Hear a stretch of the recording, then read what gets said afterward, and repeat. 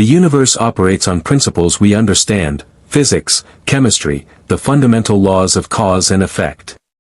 The Federation was built on the belief that reason, science, and diplomacy could solve any problem that existence might present. But what happens when something appears that defies every sensor reading, every physical law, every carefully constructed theory about the nature of reality itself? What happens when a god steps into a universe that has no place for gods? Captain Jean-Luc Picard stood on the bridge of the USS Enterprise-D, his hands clasped behind his back as he studied the viewscreen. The ship was 3 days into a diplomatic mission to the Klingon system when sensors detected an anomaly near the Romulan neutral zone. Not unusual, spatial phenomena were common along the border regions. But this particular distortion was reading energy signatures that shouldn't exist. "Report, Mr. Data," Picard said, his voice calm but edged with concern. The android's fingers moved across his console with inhuman precision. "The subspace rupture is expanding, Captain. Energy readings are inconsistent with known physics. I am detecting what appears to be chronometric particles, exotic matter, and an energy signature that does not correspond to any form of radiation in our database. Could it be a Romulan weapon?" Commander Riker asked from his position beside the captain's chair. "Negative, sir. The energy signature predates any known Romulan technology by several orders of magnitude. If I were to speculate..." The viewscreen erupted in light. A tear opened in space itself, not the familiar blue shimmer of a wormhole but something older, something that made the bridge lights flicker and consoles spark with interference. Through the rift stepped a figure that sensors immediately classified as humanoid, yet the readings were impossible. Biological, but with an energy matrix that dwarfed the Enterprise's entire warp core output. The figure was tall, imposing, clad in golden armor that seemed to drink in the starlight.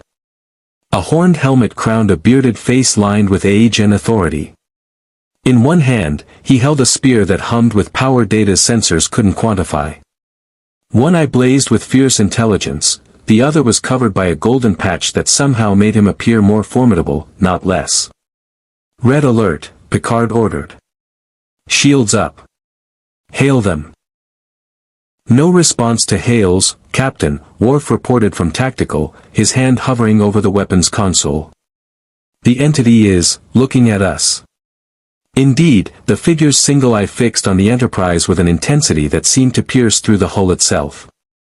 When he moved, it was not with the jerky motion of artificial gravity adjustment but with the certainty of someone who had walked the void between stars long before humans had dreamed of spaceflight. Counselor Troy's face had gone pale.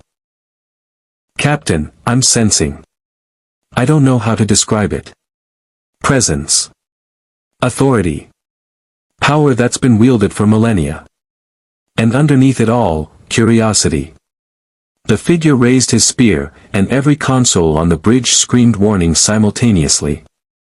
"Incoming energy surge." Data called out.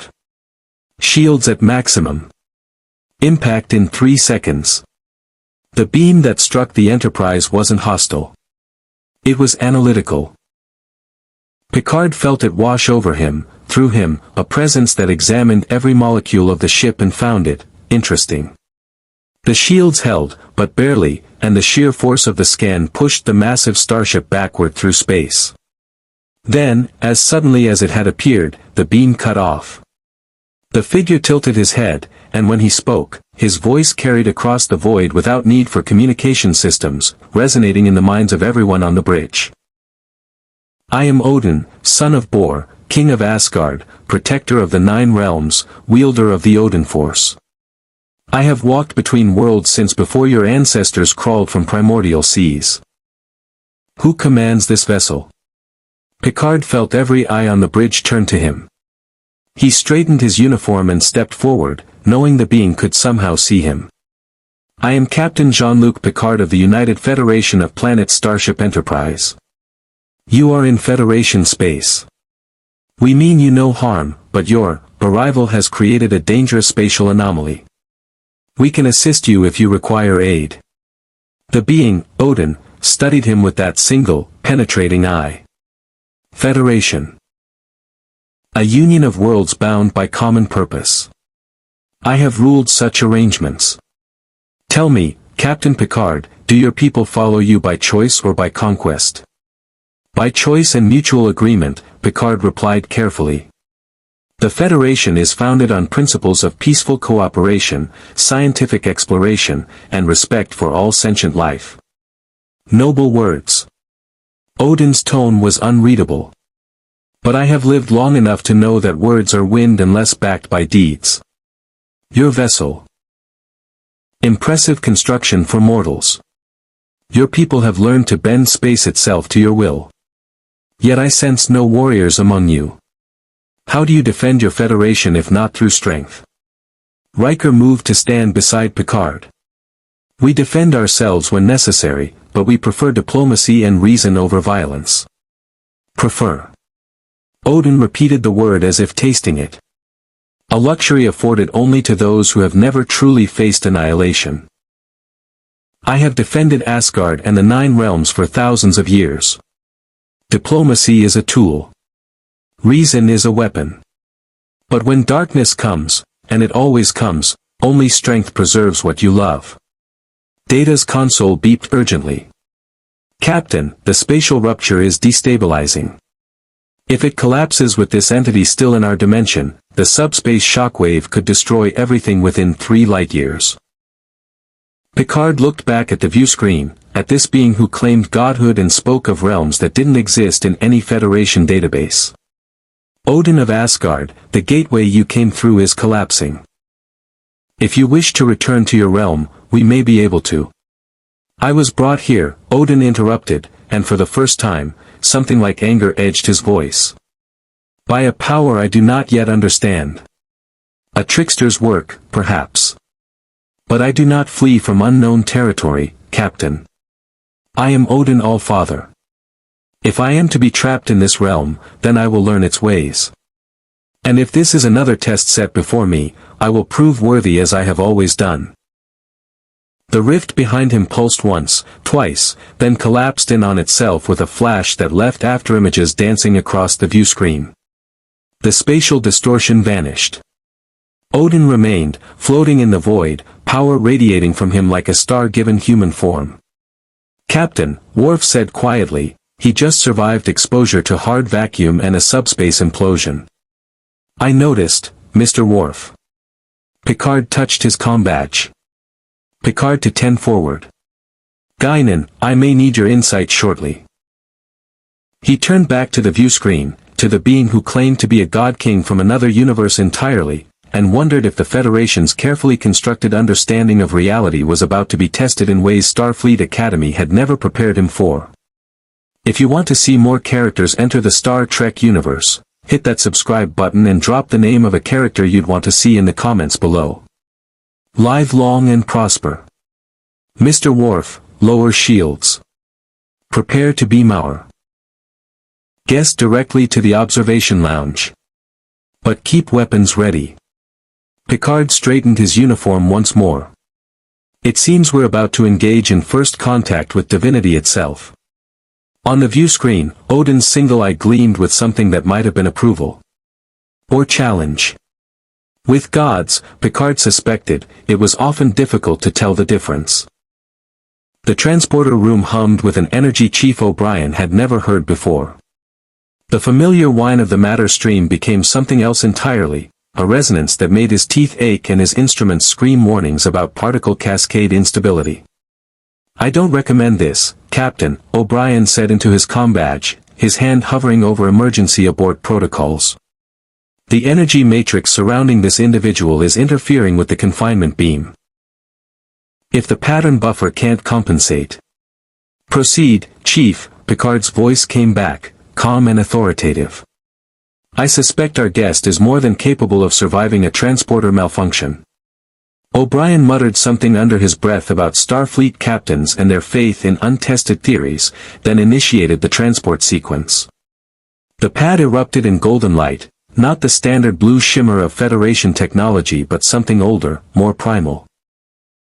For a moment, O'Brien could have sworn he saw runes, ancient symbols that burned themselves into his vision before fading. Then Odin stood before him, as solid and real as the deck plating beneath their feet. The All-Father looked around the transporter room with the critical eye of someone who had seen countless civilizations rise and fall. His gaze lingered on the matter conversion coils, the phase transition regulators, the quantum resolution matrix that made Federation transporter technology possible. Interesting, Odin said, his voice carrying the weight of ages. You unmake matter and remake it elsewhere. A crude approximation of the Bifrost's dimensional tunneling, but effective for a species so young. He turned that single, piercing eye on O'Brien. Tell me, do you ever wonder if what arrives is truly the same as what departed?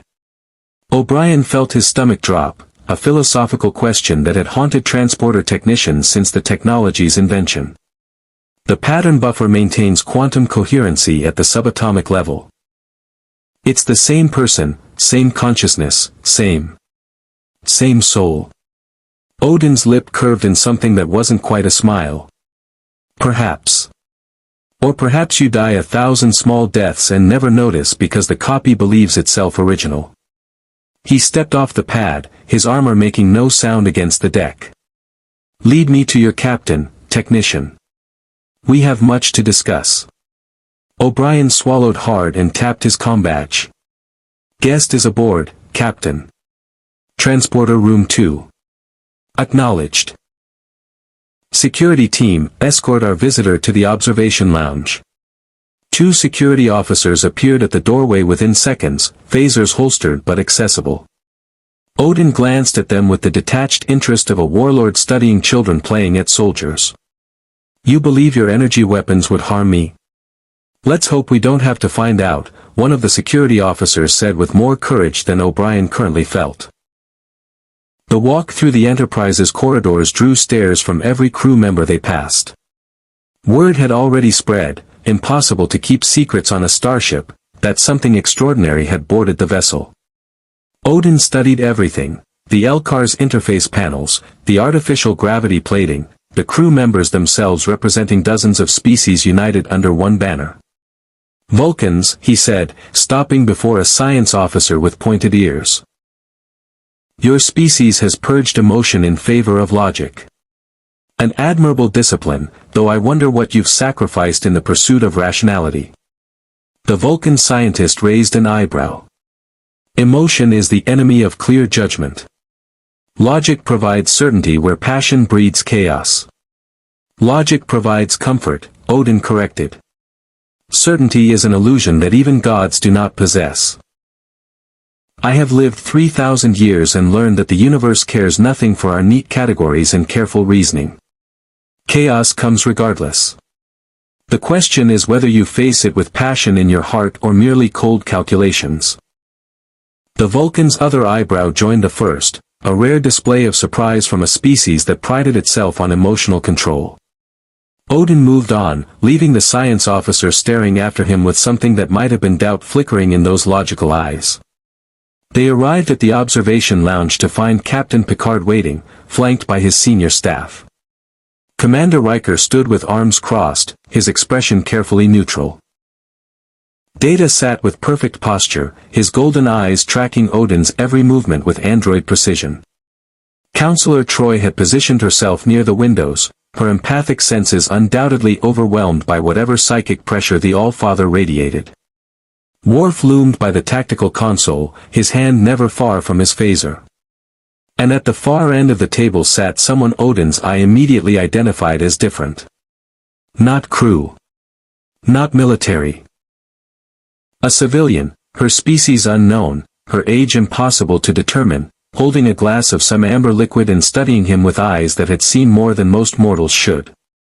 Captain Picard, Odin said, inclining his head with the bare minimum respect due to a leader of lesser station. You command loyalty. I sense it in your crew's bearing. That speaks well of your character, if not your power. Please, sit, Picard gestured to a chair. This is my senior staff. Commander William Riker, Lieutenant Commander Data, Counselor Deanna Troi, Lieutenant Worf, Anne. Guinan, the woman at the far end interrupted, her voice carrying undertones that made Odin's magical senses prickle with recognition. I tend bar on this vessel. Among other things. Odin's gaze locked with hers, and something passed between them, an acknowledgement of age, of experience that transcended species and dimension. You are more than you appear, listener. I will remember you. I'm counting on it, Guinan replied, taking a deliberate sip of her drink. Picard cleared his throat, reclaiming control of the conversation. You claim to be a king from another realm. Our sensors detected your arrival through what appeared to be an artificially created subspace rupture. Can you explain how you came to be here? Odin settled into the chair, a concession to mortal protocol, though his bearing suggested he was merely tolerating the formality. Gungnir, his spear, remained in his grip, its rune-carved shaft humming with barely contained power that made the conference table's surface frost with condensation. I was in Asgard, Odin began, his voice taking on the cadence of a storyteller who had recounted epics before the rise of civilizations. My son Thor had departed for Midgard, your Earth, I believe you call it in this reality, to address a matter of trolls threatening a village.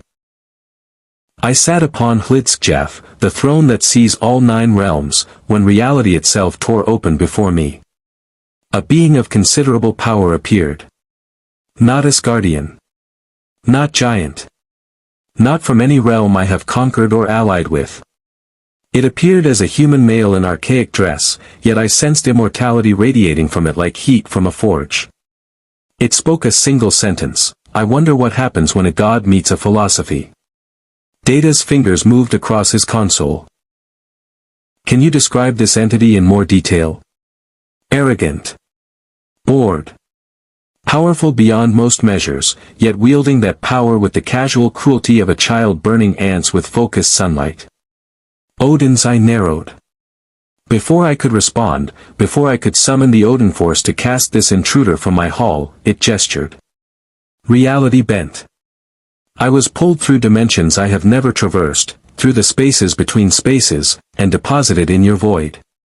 Picard and Riker exchanged glances. The description was unmistakable. Q, Picard said quietly, and the name carried the weight of experience. An entity from the Q continuum. Immortal, omnipotent for most practical purposes, and perpetually interested in testing humanity's worthiness to exist. You know this being? Odin's grip on Gungnir tightened, frost spreading further across the table. Then you understand the nature of my imprisonment. I have been made a pawn in someone else's game. Q has interfered with this ship before, Riker said. Put humanity on trial. Thrown us through time. Once, he even granted me his powers just to prove a point about the corrupting nature of absolute authority. Odin's laugh was harsh and bitter. Then this Q and I will have words when next we meet. I am no one's game piece. I am Odin All-Father, and even in a realm not my own, I am not without power. To demonstrate, he raised Gungnir. The spear's runes blazed with golden light, and the observation lounge's windows showed not the stars beyond but something else. 9 worlds connected by glowing branches, a cosmic tree that existed in some dimension between myth and reality. Fascinating, Data said, his sensors recording everything. Captain, I'm detecting massive energy manipulation on a scale that should not be possible within established physical laws. He's somehow interfacing directly with subspace and projecting an alternate reality matrix onto our visual spectrum. Not alternate, Odin corrected. Memory. The world tree, Yggdrasil, which connects all realms in my universe. Here, in your reality, I cannot feel its roots. Cannot sense the flow of fate along its branches. I am, he paused, and for the first time, something like vulnerability entered his voice. Diminished. Not powerless, but disconnected from the source of my greatest strength. The image faded. The stars returned. Odin set Gungnir down, and the frost retreated. Counselor Troy leaned forward. You're experiencing loss. Being separated from your home, your family, your realm, it's causing you genuine pain. Pain is instructive, Odin said simply. I have lost eyes, sons, battles, and pieces of my soul in the pursuit of wisdom. This loss is merely another trial. The question before us, Captain Picard, is what happens now. You have your Federation, your principles, your carefully ordered society. I am a warrior king from a realm where strength determines right, where glory in battle buys entry to paradise, where gods walk among mortals and demand tribute. He stood, forcing the entire room to look up at him. I do not recognize your authority over me. I owe you no allegiance. But neither am I your enemy, yet. So I ask you plainly, what does your Federation do with a god who refuses to bow? Picard rose to meet him, and though the captain was a full head shorter, his presence filled the room with quiet authority. The Federation doesn't ask anyone to bow, Odin of Asgard. We ask only that you respect the sovereignty of our member worlds and the rights of sentient beings. If you can do that, then perhaps we can help you find a way home. And if I cannot? Then we'll deal with that situation when it arises. Picard's voice was steady. But I've found that most conflicts can be resolved through understanding rather than force. Odin studied the captain for a long moment, his single eye weighing, measuring, judging. Finally, he inclined his head, not submission, but acknowledgement of a worthy opponent in philosophical battle. Very well, Captain. I will observe your Federation. Learn its ways. And then I will decide if your philosophy is wisdom, or merely weakness waiting to be exploited by those with fewer scruples. I suppose that's the best I can hope for, Picard said. Mr. Worf, please escort our guest to quarters. And Odin, welcome aboard the Enterprise. As the All-Father departed with security escort, Guinan caught Picard's eye and shook her head slowly. The captain understood the warning without words. They hadn't just welcomed a guest aboard. They'd imported a test that would challenge everything the Federation believed about power, authority, and the right to intervene in the affairs of others. And somewhere, in dimensions beyond reach, Q was undoubtedly laughing. The quarters assigned to Odin were among the Enterprise's finest guest accommodations, spacious, well-appointed, with floor-to-ceiling windows offering a view of the stars streaming past at warp speed. To the All-Father, they might as well have been a gilded cage.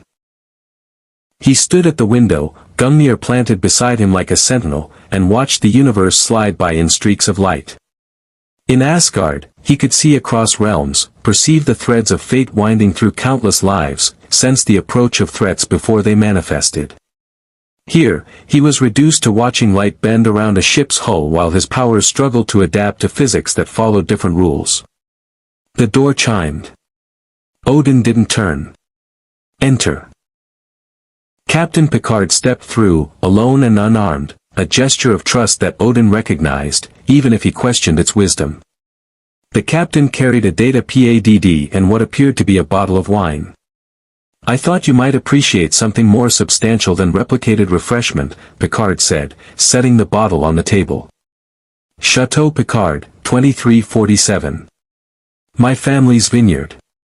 One of the few luxuries I permit myself. You offer tribute? Odin finally turned from the window. Or do you seek to soften my judgment with gifts? Neither. I offer hospitality. Picard poured 2 glasses with practiced ease. In my experience, the best conversations happen over good wine between equals. Equals. Odin accepted the glass, studying the deep red liquid. You are mortal, Captain. Your species lives barely a century if fortune favors you. I have ruled Asgard for 3,000 years. We are not equals. Perhaps not in lifespan or raw power, Picard conceded, taking a seat and gesturing for Odin to do the same. But in the arena of ideas? In the marketplace of philosophy? There, longevity means nothing. A truth spoken by a child has the same weight as wisdom voiced by an immortal. Odin considered this, then sat, though he positioned himself where he could see both the door and the windows. Old habits from millennia of potential assassination attempts. He sipped the wine, and despite himself, found it acceptable. Your Federation, Odin said. I have accessed your data networks while your crew believed me resting. Remarkable technology, this information matrix you've woven throughout your vessel. I learned much about your history, your wars, your principles. And what did you conclude? That you are young and idealistic, having not yet learned the lessons that age and suffering teach. Odin set down his glass. You speak of peaceful exploration and non-interference. You've encoded this, Prime Directive, into law, forbidding your people from interfering with less advanced civilizations. You believe this is wisdom. I believe it's necessary, Picard said carefully. History has shown that when powerful civilizations impose their will on weaker ones, even with good intentions, the result is rarely beneficial. History has also shown that evil flourishes when good men do nothing. Odin leaned forward, his single eye intense. I read of a world called Ventax II, where a woman claiming divinity exploited an entire population. Your crew exposed her as a fraud only because she threatened your ship. Had she been content to rule in peace, would you have left those people in ignorance and servitude? Picard's jaw tightened. That situation was complex. Every situation is complex when you hide behind words. Odin's voice carried the edge of a disappointed teacher. I ruled the 9 realms not because I was the strongest, though I was, but because I understood that power demands responsibility. When Muspelheim threatened to burn the other realms, I did not debate whether intervention violated some directive. I gathered my warriors and I stopped the threat. When the Dark Elves sought to plunge the universe into darkness, I did not ask permission from a council of philosophers. I acted. And how many died in those actions? Picard countered. How many worlds were scarred by your wars? How many civilizations collapsed under the weight of Asgardian intervention? Fewer than would have died had I done nothing, Odin replied without hesitation. I do not claim my hands are unstained. I have made terrible choices, sacrificed allies, even sent my own sons into battles from which they might not return. But I made those choices. I did not hide behind protocols and committees while innocent people suffered. Picard stood, moving to the window to stand beside Odin. For a moment, both men watched the stars in silence. 3 months ago, Picard said quietly, we encountered a pre-warp civilization on the brink of extinction. A natural disaster was about to destroy their world. Our technology could have saved them. One command, and millions of lives would have been preserved. But you did nothing, Odin said. It wasn't a question. We did nothing. The Prime Directive was clear. To interfere would be to alter their natural development, to play God with an entire species. And I watched them die. Picard's reflection in the window showed a man still haunted by that choice. I followed orders. I upheld Federation law. And I have questioned that decision every day since. Odin studied the captain with new respect. At least you have the courage to acknowledge your doubt. Many leaders hide from such truths. But tell me, Captain, if your Prime Directive is so sacred, why do I sense that you have violated it before? Picard turned sharply. How? I am the All-Father. I read guilt as easily as lesser beings read written words. Odin's expression softened slightly. You have bent your precious directive when your conscience demanded it. You have made exceptions when the cost of inaction became too great. This tells me you understand, deep in your heart, that absolute principles make for poor governance. Or it tells you that I'm human, Picard said. Fallible. Capable of error. It tells me you're a leader, Odin corrected. One who understands that sometimes the right choice and the legal choice are not the same. That is wisdom, Captain Picard. Hold to it. The door chimed again. Picard called for entry, and Data stepped inside, his expression, if an android could be said to have expressions, troubled. Captain, we are receiving a distress call from the Epsilon Canaris colony. They report that a Klingon battle cruiser has entered their system and is demanding audience with Data paused. With the warrior god who commands thunder and lightning. Captain, I believe they are seeking Odin. Odin was on his feet instantly, Gungnir in hand. Klingon. The warrior race I observed in your databases. They know I'm here. Word travels fast in this quadrant, Picard said grimly. Particularly when a being with your power signature appears out of nowhere. The Klingon must have detected the same energy readings we did. And they wish to test themselves against me. Odin's smile was predatory. Finally, something that makes sense. I have studied your Klingon empire while confined to these quarters, Captain. They value honor, combat prowess, dying in battle. They are warriors, not philosophers. This, I understand. The Epsilon Canaris colony has no defenses, Picard said. 6,000 civilian scientists and their families. If the Klingon attack, then I will give them the battle they seek. Odin moved toward the door. Where they seek it matters not to me. I can't allow you to engage a Klingon warship, Picard said, stepping into his path. We have treaties, diplomatic protocols. Which mean nothing if those civilians die while you debate procedure. Odin's voice dropped to something dangerous. Stand aside, Captain. I go to defend the defenseless. Is that not heroic by your Federation standards?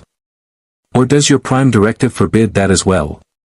Picard held his ground for a long moment, the weight of command pressing down on him like physical force. Then he tapped his comm badge. Picard to bridge. Set course for Epsilon Canaris, maximum warp. Red alert. All hands to battle stations. He met Odin's gaze directly. We do this together. By Federation protocols. The Klingon are not our enemies, and I won't let this situation escalate into an interstellar incident if it can be avoided. And if it cannot be avoided, then we'll face that situation when it arises. Picard moved past Odin toward the door. But I want your word that you'll follow my lead in negotiations. If we can resolve this peacefully.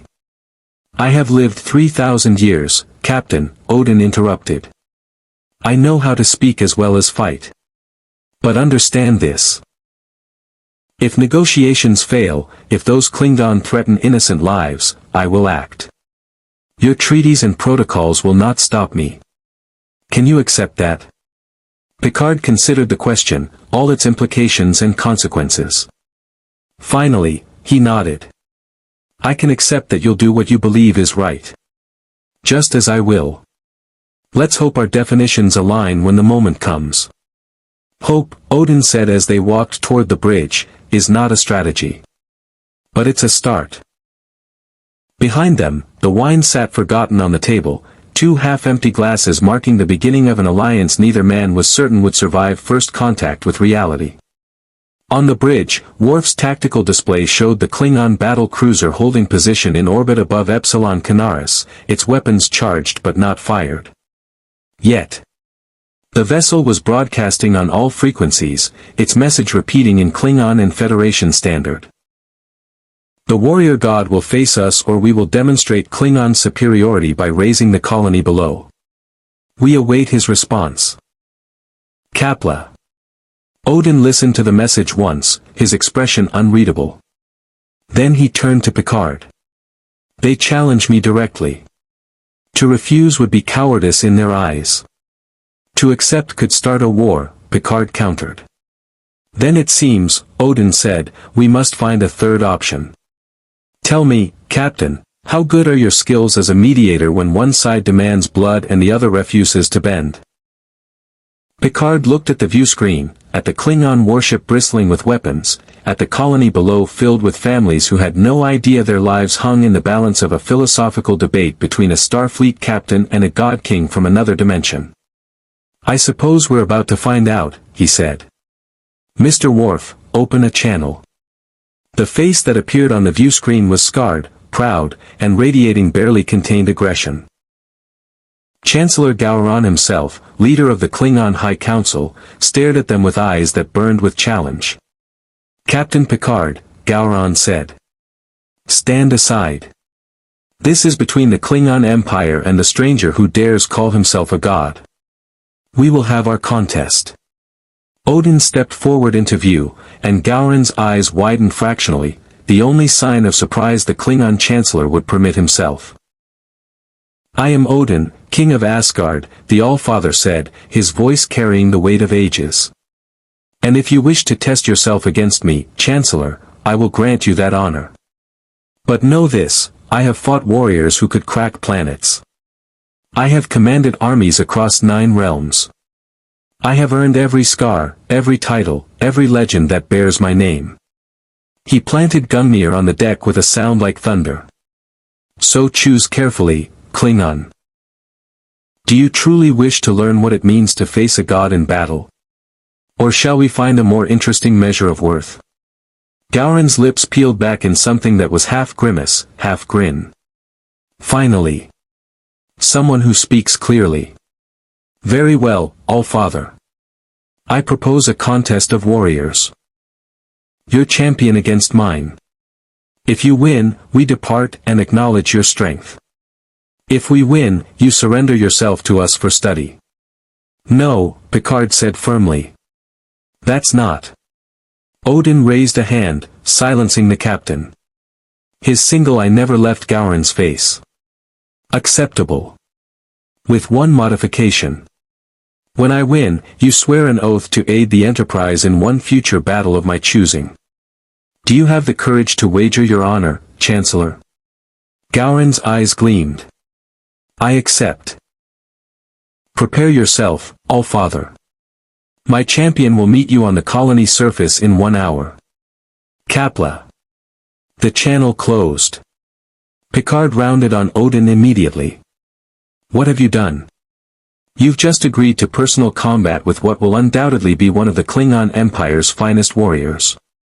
If you lose..." "I will not lose," Odin said simply. "But I understand your concern, Captain. You fear escalation. You fear what happens if a god bleeds. Let me ease your mind, I have bled before. Many times. Bleeding is not defeat. It is merely proof that one still lives." He moved toward the turbolift. "I go to prepare. Tell your people not to interfere, regardless of what they see. This is between warriors now. Honor demands nothing less." As the turbolift doors closed behind him, Riker stepped close to Picard. "We can't let this happen. One phaser shot, we transport him out before."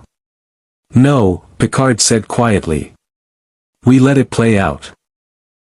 If we intervene, we insult Klingon honor and prove that we don't trust Odin to handle his own affairs. Either outcome could be catastrophic. So we just watch." "We watch," Picard confirmed. "And we hope that a 3,000-year-old warrior king knows what he's doing." On the view screen, the Klingon battle cruiser began deploying a landing party. In his quarters, Odin stood alone, channeling the Odinforce through Gungnir, feeling it surge through him despite the dimensional barriers that weakened it. The power was still there. Diminished, perhaps, but sufficient. In 3,000 years, he had learned many things. Among them, sometimes the best way to establish peace was to first demonstrate the consequences of war. The Klingon wanted to see a god fight. Very well. He would show them divinity in combat. And afterward, if he chose his strikes carefully and his words wisely, he might transform potential enemies into the first true allies he'd found in this strange new universe. The game Q had begun was far from over. But Odin had played longer games and won. This would be no different. The surface of Epsilon Canaris 3 was a study in contrasts, manicured gardens surrounding research facilities, children's playgrounds built among atmospheric processors, the delicate balance between Federation civilization and frontier pragmatism. Now, that peace was about to be shattered by a contest as old as civilization itself, 2 warriors, 1 arena, and the question of who would stand when the dust settled. Odin materialized on the colony's central plaza, the transporter beam depositing him in the shadow of a monument commemorating the colony's founding. Around him, Federation scientists and their families watched from behind force fields hastily erected by Enterprise security teams. Their faces showed fear, curiosity, and the kind of morbid fascination that drew mortals to witness spectacles beyond their understanding. The All-Father wore his full battle regalia now. Not the diplomatic restraint he'd shown aboard the Enterprise, but the armor of a warrior king who had conquered realms. Golden plates inscribed with runes that predated human language, a cloak that seemed woven from captured starlight, and Gungnir humming with barely restrained power. His single eye surveyed the plaza with tactical precision born from millennia of warfare. Across from him, a Klingon transporter beam deposited his opponent. The warrior who emerged was massive even by Klingon standards, easily 7 feet of muscle, scar tissue, and barely controlled aggression. He wore ceremonial armor adorned with the honors of a dozen campaigns, and carried a bat'leth that looked like it had been forged in the fires of QNOS itself.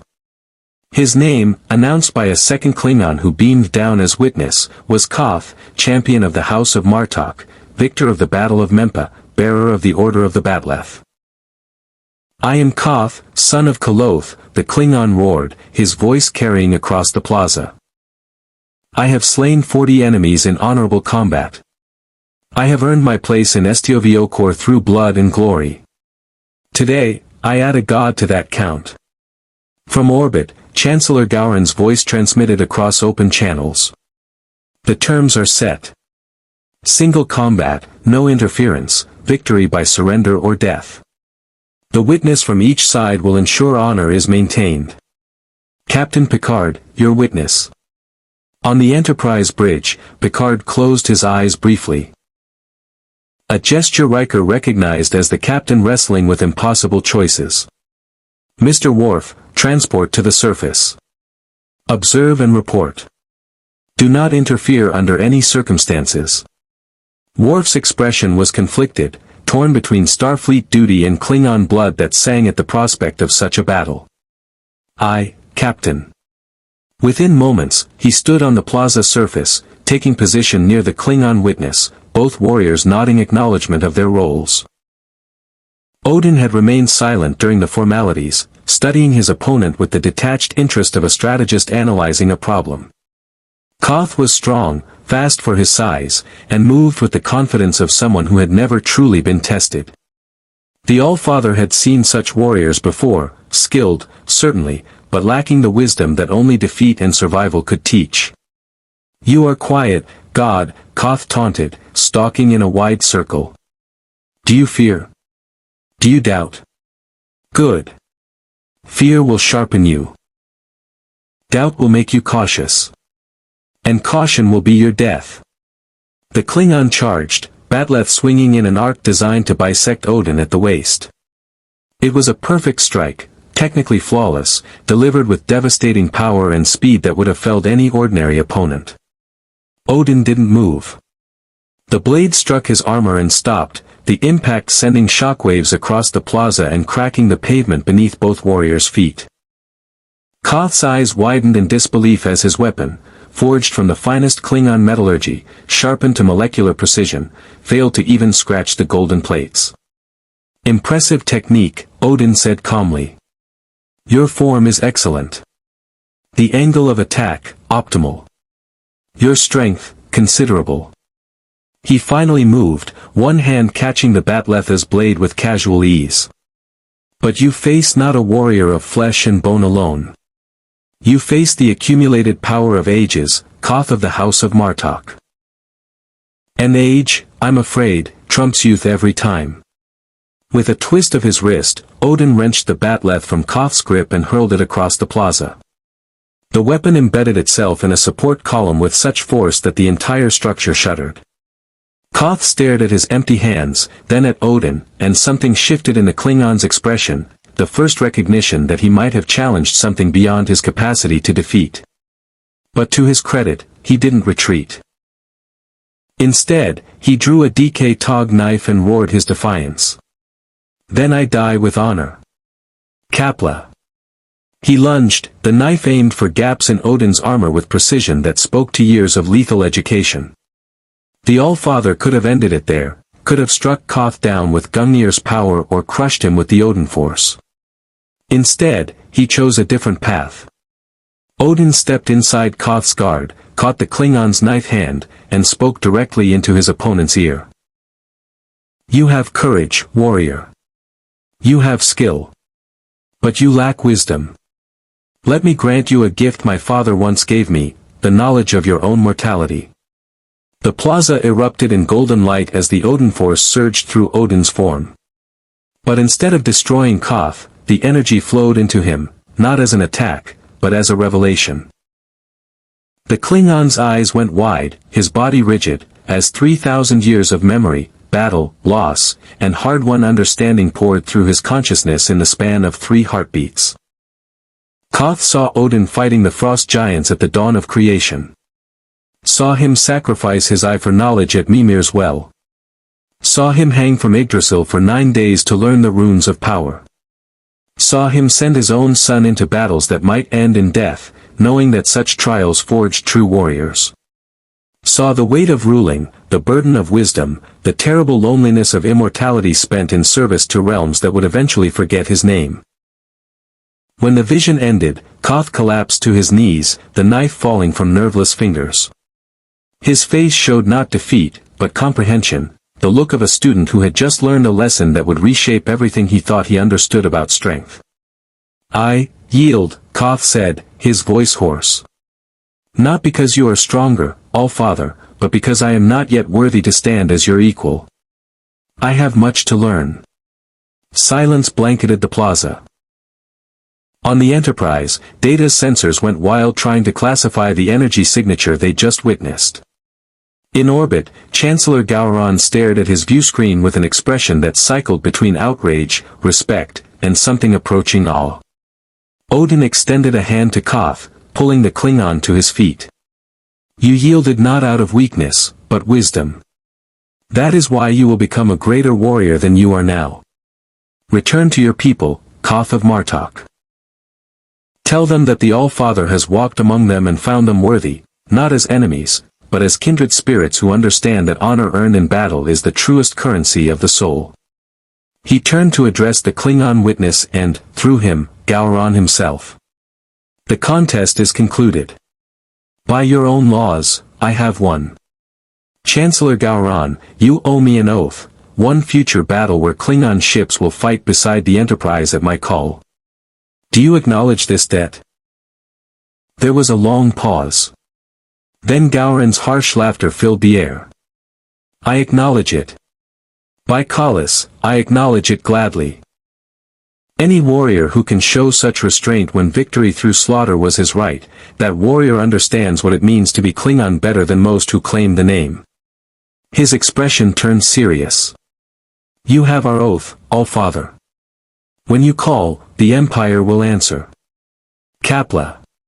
The transmission ended. The Klingon battle cruiser broke orbit, its departure as sudden and dramatic as its arrival. On the plaza, colonists began emerging from shelters, relief and confusion warring on their faces as they tried to understand what they just witnessed. Worf approached Odin with carefully measured steps. That was unexpected. You could have killed him. Many warriors would have, to establish dominance. Many warriors are fools, Odin replied, watching the Klingon ship disappear into warp. Dead enemies serve no purpose. Living allies win wars. I have ruled the 9 realms long enough to know the difference. He turned to face Worf directly. You are Klingon, yet you serve in Starfleet. You walk between 2 worlds, warrior. Tell me, does that make you stronger or weaker? Worf considered the question with typical Klingon gravity. It has made me different. I understand honor as my people define it, but I have also learned the value of the Federation's principles. Sometimes they conflict. Often, I must choose which to serve. And those choices have forged you into something neither purely Klingon nor purely Starfleet, Odin said. Something unique. That is strength, Lieutenant. Never doubt it. A familiar shimmer announced Picard's arrival via transporter. The captain approached with Commander Riker and Counselor Troi flanking him, his expression a mixture of relief and exasperation. That, Picard said carefully, was not what I expected. You expected violence, Odin replied. You received resolution. Are you disappointed, Captain? I'm trying to decide if you just prevented a war or laid the groundwork for future complications. Picard gestured at the colony around them. You've impressed the Klingon, certainly. But you've also committed them to a future battle on your terms. What happens when you call in that oath? That depends on what battles this universe presents, Odin said. He looked up at the sky, where stars were beginning to emerge as the colony's sun set. I am beginning to understand your federation, Captain Picard. You value peace, diplomacy, the resolution of conflict through understanding rather than force. Noble goals. But you exist in a galaxy that does not always share those values. He turned back to Picard. The Klingon respects strength demonstrated through restraint. They will remember this day not because I killed their champion, but because I granted him wisdom and mercy. That is how you build alliances that endure. Not through treaties and protocols, but through mutual respect earned in the crucible of trial. A lesson I learned long ago, Picard said quietly. Though I prefer to apply it without the theatrical combat. Each teacher has their method, Odin replied with the ghost of a smile. But I notice you didn't transport me away when battle began. You trusted me to find the right path. That speaks well of you, Captain. Perhaps there is hope for this Federation after all. Counselor Troi stepped forward, her empathic senses having worked overtime throughout the encounter. What you showed Koth, those visions, they weren't illusions, were they? You actually shared your memories with him. I did. The Odinforce allows many things, even in this diminished state. I gave him the gift my father once gave me, perspective. To see oneself through the lens of ages is to understand how small our grievances truly are, how brief our moments of glory, how important it is to choose battles that matter. Odin's single eye showed something almost like regret. I have lived long enough to know that the saddest warriors are those who die never understanding why they fought. And you? Riker asked. Do you understand why you fight? I fight to protect. To preserve. To ensure that those who come after me inherit a universe worth living in. Odin looked at each of them in turn. The same reason you serve aboard this vessel, I suspect. We are not so different, Commander. We simply express our dedication through different means. Picard's combadge chirped. Bridge to Captain. We're receiving a transmission from Starfleet Command. Admiral Nechayev wants a full report on the incident with the Klingon. She sounds displeased. Picard sighed. Of course she does. Inform the Admiral I'll contact her within the hour. He closed the channel and looked at Odin with wry amusement. Welcome to the reality of Federation service. For every diplomatic victory, there's an admiral questioning your methods. I have dealt with councils and advisors for 3,000 years, Odin said. Your Admiral Nechayev cannot possibly be more frustrating than the dwarf lords of Nidavellir when negotiating trade agreements. I wouldn't be so certain, Picard muttered. As they prepared to transport back to the Enterprise, Odin paused, his attention drawn to something in the distance. Among the colonists who'd witnessed the battle stood a small girl, no more than 6 years old, watching him with wide eyes and no fear whatsoever. The All-Father walked over, kneeling to bring himself to her eye level. You are not afraid, little one. Should I be? The girl asked. You didn't hurt anyone. You just showed that big Klingon that being mean isn't the same as being strong. Odin laughed, a genuine sound of delight that seemed to surprise even him. Wisdom from the mouths of children. Perhaps this universe has lessons to teach me as well. He touched her forehead gently, and for just a moment, the girl's eyes reflected the same golden light that suffused Gungnir. May you grow brave, child. May you grow wise. And may you never confuse the two." When he rejoined the Enterprise officers, Picard raised an eyebrow. "What did you just do?" "Granted a blessing," Odin said simply. "An old tradition. She will have good fortune in her life, and wisdom to use it well. Surely your Federation does not object to such gifts." "That depends on whether it violates the natural development of," Picard stopped, seeing the trap. "You're testing me again." "Always," Odin confirmed. "Because every choice reveals character, Captain. And I am still learning yours." They beamed aboard together, leaving behind a colony that would remember the day a god fought not for glory, but for principle. In the decades to come, that memory would inspire countless young scientists and philosophers to question whether strength of arms or strength of conviction determined the course of civilizations. But in the immediate present, there were more pressing concerns. Because across subspace channels, news of Odin's demonstration spread like wildfire. The Klingon had witnessed a god's mercy. Soon, others would come, seeking to test him, recruit him, or eliminate him before he could upset the delicate balance of galactic power. And in dimensions beyond mortal perception, Q watched with satisfaction. The game was progressing exactly as planned. Soon, very soon, the real test would begin. The test that would determine whether the Federation's philosophy could survive contact with true divinity. Or whether Odin would prove that in a universe of pragmatic realities, idealism was just another word for eventual extinction.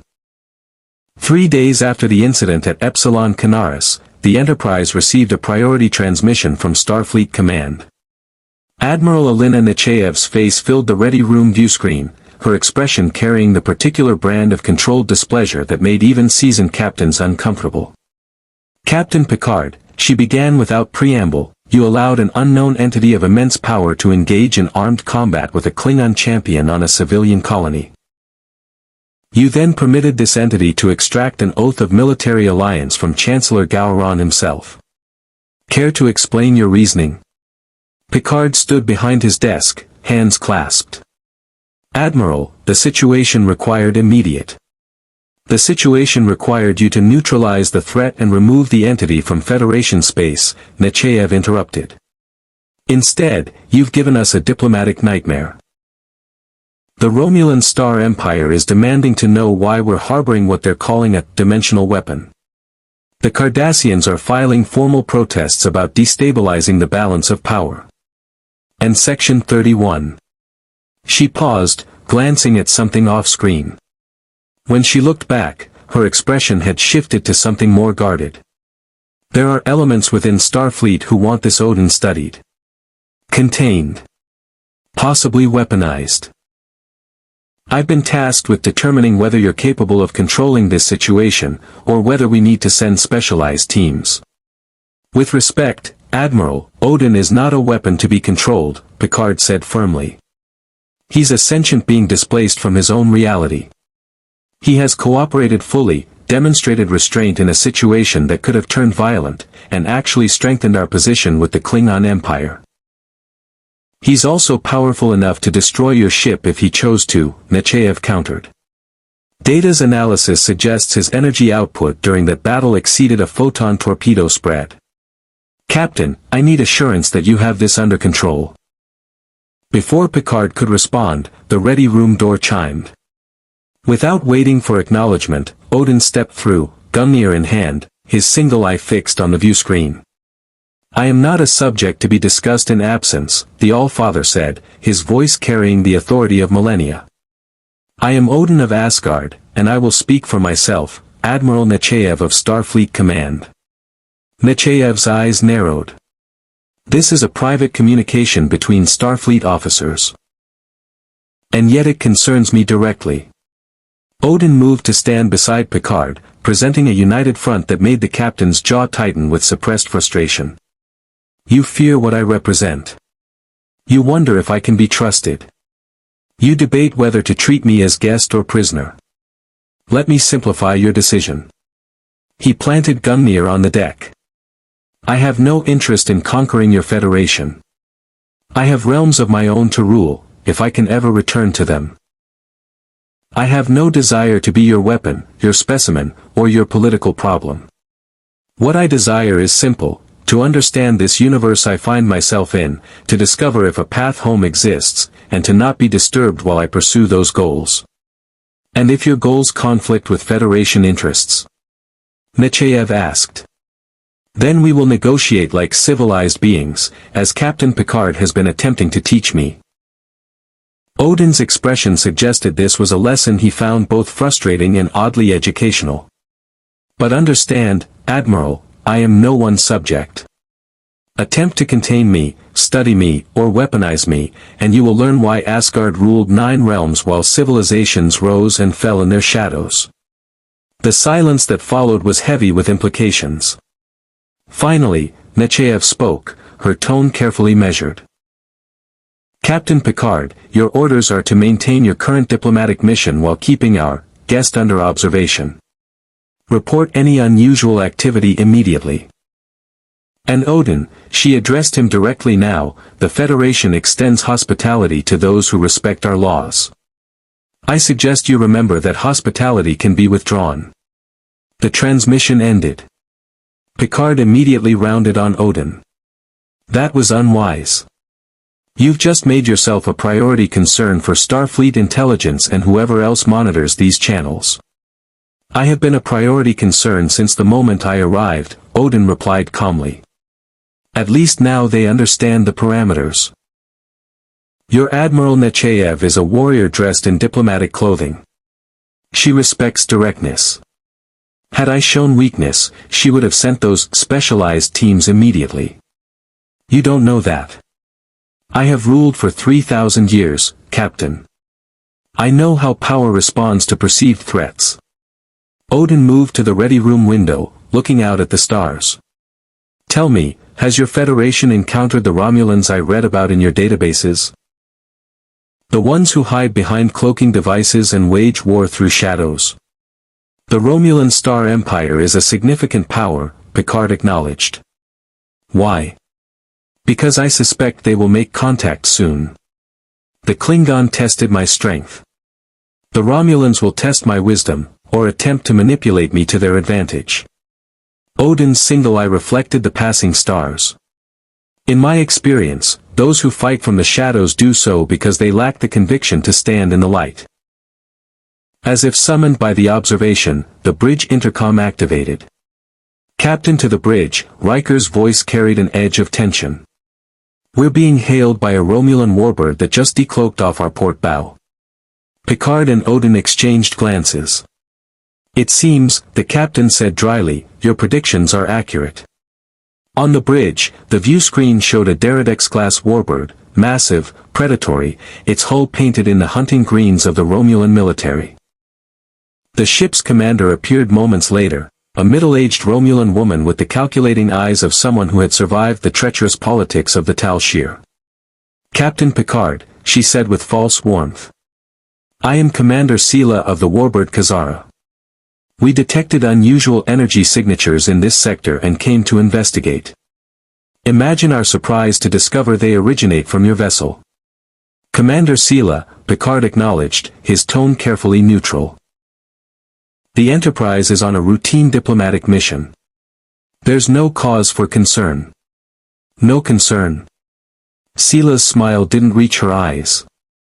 Captain, our sensors detected an energy discharge 3 days ago that registered across half the quadrant. The same signature is currently aboard your ship. Surely you understand why the Romulan Empire takes interest in such anomalies. Odin stepped into view, and Sela's composed mask slipped for just a moment, a flash of genuine surprise before she recovered. I am the source of your concern, Commander, Odin said. I am Odin of Asgard, displaced from my realm by forces I do not yet understand. If the Romulan Empire seeks to catalog unusual beings, you may add me to your list. But know that I am no one's secret to steal. Sela studied him with the intensity of a hawk examining prey. Fascinating. Our intelligence suggests you bested a Klingon champion without killing him, a waste of opportunity, in my opinion. Dead enemies make better trophies than living ones who might seek revenge. Dead enemies teach nothing, Odin countered. Living allies win wars you haven't yet imagined fighting. But I suspect such long-term thinking is foreign to those who measure success in immediate advantage. The insult was subtle but unmistakable. Sila's eyes hardened. You speak boldly for someone trapped in an unfamiliar universe, All-Father. The Romulan Empire could offer you much, resources to aid your return home, technology to stabilize your dimensional displacement, allies who understand the value of power properly wielded. In exchange for what? Picard interjected. Commander Sila, if you're attempting to recruit Odin, I must remind you that he's currently under Federation protection. Protection? Sila laughed. Captain, I'm offering liberation from your Federation's endless restrictions. Tell me, Odin. Has Captain Picard burdened you yet with lectures about the Prime Directive? Has he explained how his principles prevent action even when action would serve the greater good? Odin's expression was unreadable. He has spoken of his principles, yes. At length. And do you agree with them? Does a king who ruled 9 realms believe in non-interference? In allowing suffering to continue unchallenged because some directive forbids intervention? Sila leaned forward. Join us, All-Father. The Romulan Empire rewards strength. We could help you find a way home, and in the process, perhaps you could help us reshape the balance of power in this quadrant. The bridge fell silent. Every eye turned to Odin, waiting to see if the All-Father would be swayed by Romulan logic. Finally, Odin spoke, his voice carrying the weight of judgment. You speak of strength and power, Commander Sila. You offer me the resources of your empire. But I have observed your kind in the databases aboard this vessel. I have learned of your wars, your betrayals, your treatment of conquered peoples. He moved closer to the view screen, and something in his bearing made even Sila lean back slightly. The Romulan Empire is built on lies. You cloak your ships because you fear honest confrontation. You wage war through espionage and assassination because direct combat reveals weakness. You offer me alliance while already planning how to exploit or eliminate me once I've served your purpose. Odin's voice dropped to something dangerous. I am 3,000 years old, Commander. I have dealt with tricksters, liars, and manipulators since before your species developed warp drive. Do not mistake my criticism of the Federation's restraint for approval of your methods. At least Captain Picard's principles come from genuine conviction. Your principles extend only as far as immediate advantage. Sila's face flushed with barely controlled anger. You dare. I dare much, Commander. And I advise you to remember that the next time you consider attempting to manipulate me. Odin turned to Picard. Captain, I believe this conversation has concluded. Unless the Romulans have legitimate business in Federation space. Picard allowed himself a small smile. Commander Sila, unless you have formal diplomatic matters to discuss, I must ask you to depart Federation territory. For a moment, it seemed Sila might escalate. Her hand moved towards something off-screen. Weapons console, perhaps, or communications to summon reinforcements. Then she seemed to recalculate the odds, her tactical mind recognizing a losing scenario when she saw one. This is not over, Captain, she said coldly. The Romulan Empire will be watching. Closely. Her gaze shifted to Odin. And you, All-Father, you may come to regret choosing Federation weakness over Romulan pragmatism. The channel closed. The warbird cloaked and vanished from sensors, though Data's console indicated they were likely still in the area, observing from the shadows they so loved. Riker exhaled slowly. Well, that was tense. Though I have to admit, watching you dress down a Tal Shir commander was satisfying. The Romulans will not forget this insult, Worf warned.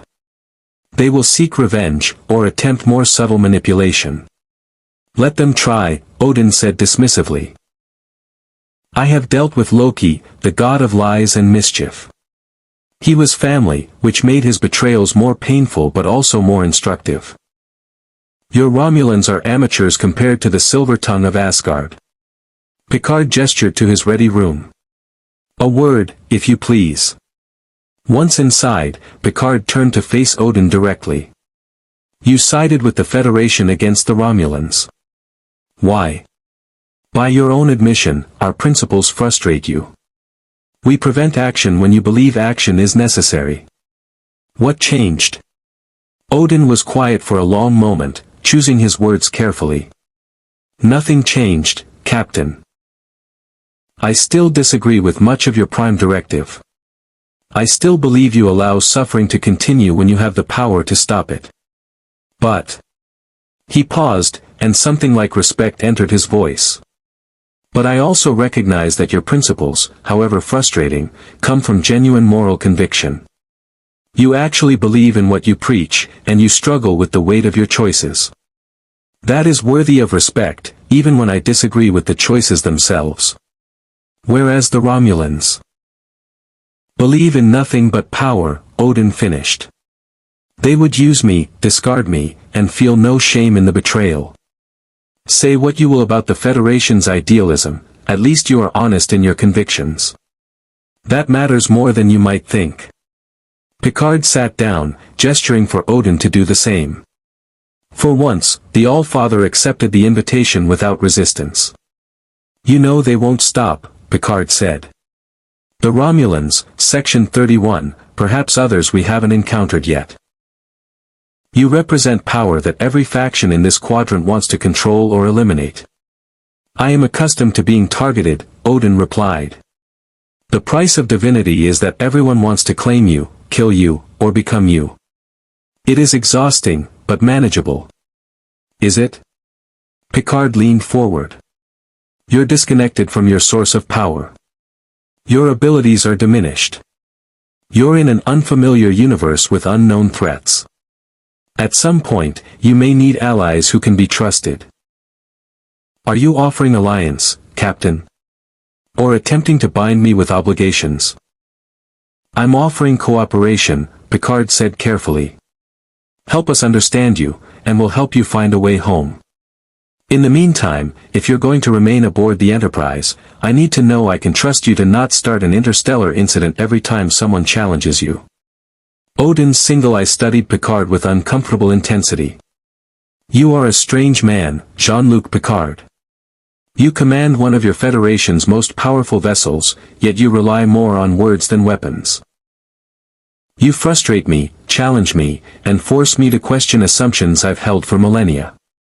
And yet... He stood, extending his hand in the human gesture of agreement. And yet I find myself respecting you. Very well, Captain. I will endeavor to limit my interstellar incidents.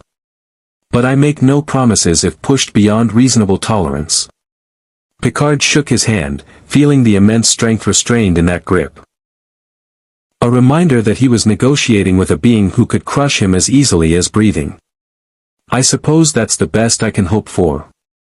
As Odin departed, Picard sat alone in his ready room, contemplating the impossible situation he'd found himself managing. A god-king from another dimension, displaced by Q's cosmic game, now caught in the attention of every major power in the quadrant. And somehow, it was Picard's responsibility to keep this situation from exploding into catastrophe. His comm badge chirped. Captain, we're receiving a coded transmission from Starfleet intelligence. Eyes only, maximum encryption. Picard's jaw tightened. Section 31, most likely. Coming to tell him how to handle Odin, or perhaps to inform him that his command was being superseded by specialists. Route it to my ready room, he said, already dreading what would come next. Because while Odin might have dismissed the Romulans and impressed the Klingon, there were threats in this universe that even a god-king from another dimension might not be prepared to face. And some of those threats wore Starfleet uniforms. The encrypted message that appeared on Picard's terminal carried no official Starfleet header, no command authorization codes, nothing that would indicate its origin through normal channels. Just a simple text communication and coordinates for a secure subspace frequency. Captain Picard. We need to discuss your guest. Channel 447 Omega. 1 hour. Come alone. No signature. No identification. But Picard knew exactly who had sent it. Section 31. Starfleet's Ghost, the organization that officially didn't exist but operated in the shadows to protect the Federation through methods that would never survive ethical review. Picard had encountered them before, and each interaction left him feeling like he needed to shower. He sat in his ready room for the full hour, wrestling with whether to inform Odin of this development. The All-Father would almost certainly demand to participate, and Section 31 would view that as unacceptable.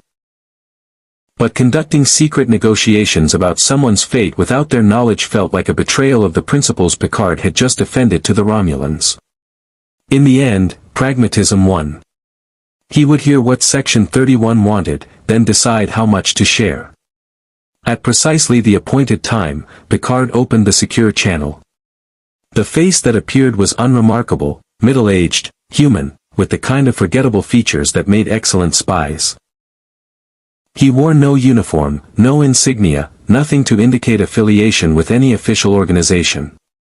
Captain Picard, the man said. I'm Deputy Director Sloan. Thank you for taking this call. I don't recall having a choice, Picard replied coldly. What does Section 31 want with Odin? Direct as always. I appreciate that. Sloane's expression remained neutral. We want what we've always wanted, Captain, to protect the Federation from existential threats. And your guest qualifies. Odin has demonstrated restraint and cooperation. He's not a threat. Not yet, Sloane corrected. But consider the variables. He's a being of immense power from an alternate dimension. He possesses technology, or magic, or whatever he calls it, that our science can barely analyze. He's caught the attention of the Klingon, Romulans, and likely every intelligence service in the quadrant. And he's been brought here by Q, an entity whose motives are never benign. Sloane leaned forward. Captain, we've run probability models. In 68% of scenarios, Odin becomes a destabilizing force that triggers conflicts we can't control. In another 23%, he's successfully recruited or captured by hostile powers and turned against us. Only 9% of projections show him returning to his dimension without causing significant damage to the quadrant's balance of power. You can't reduce sentient beings to probability models, Picard said. Can't we? Captain, Section 31's entire purpose is to make the hard decisions that philosophers like you won't make. We deal in reality, not ideals. And the reality is that Odin represents a risk we cannot ignore. What are you proposing? Sloane's expression didn't change, but something in his eyes suggested he'd been waiting for exactly that question. We have a facility.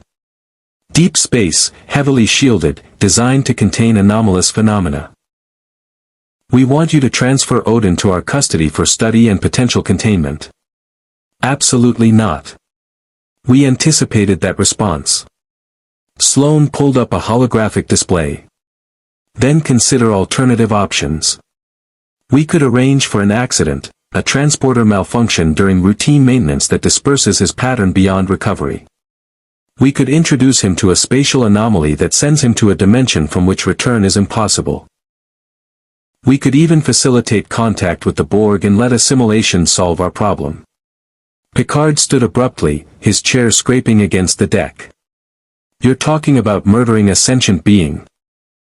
I'm talking about neutralizing a threat to billions of lives, Sloane countered, his voice infuriatingly calm. Captain, you have a reputation for moral clarity. So let me give you moral clarity. If Odin's presence leads to war, if the Romulans or Cardassians or any other power decides they need to capture or kill him, and that conflict kills even one Federation citizen, their blood is on your hands. You chose to harbor him. You chose to protect him. You own the consequences. And if I refuse to cooperate with any of your proposals, then we act without your cooperation. Sloane's mask of civility finally cracked, showing the ruthlessness beneath. "Captain, I respect what you're trying to do. But you're playing checkers while the rest of the galaxy plays chess. We will handle the Odin situation one way or another. The only question is whether you want to be part of that solution or an obstacle to be worked around." The transmission ended before Picard could respond. He sat in the darkness of his ready room, anger and disgust warring with the terrible recognition that Section 31 had identified a genuine problem. Odin was a destabilizing force. His mere presence attracted dangerous attention. And Picard had no long-term solution beyond hoping that Q would eventually reverse whatever cosmic game he'd begun. "Computer," Picard said quietly. "Locate Odin. Odin is in holodeck 2. Picard frowned. The All-Father had shown little interest in recreation facilities during his time aboard. Curious and needing to clear his mind, Picard made his way to the holodeck. The scene inside stopped him in his tracks. Odin had recreated Asgard, or at least, his memory of it. Golden spires rose toward an artificial sky. The Bifrost Bridge stretched across an infinite void, its rainbow surface shimmering with dimensional energy that the holodeck struggled to properly render. At the center stood a great hall, its doors thrown wide, and inside. Inside sat Odin on a throne that had no business existing in a holographic simulation. It looked too real, too solid, as if his will alone had forced the holodeck to manifest something beyond its normal capabilities. Around him stood holographic recreations of figures Picard didn't recognize, warriors in gleaming armor, beings of obvious power and importance. But they were frozen, unmoving. Not paused. Frozen in time itself, as if Odin had stopped the simulation mid-scene.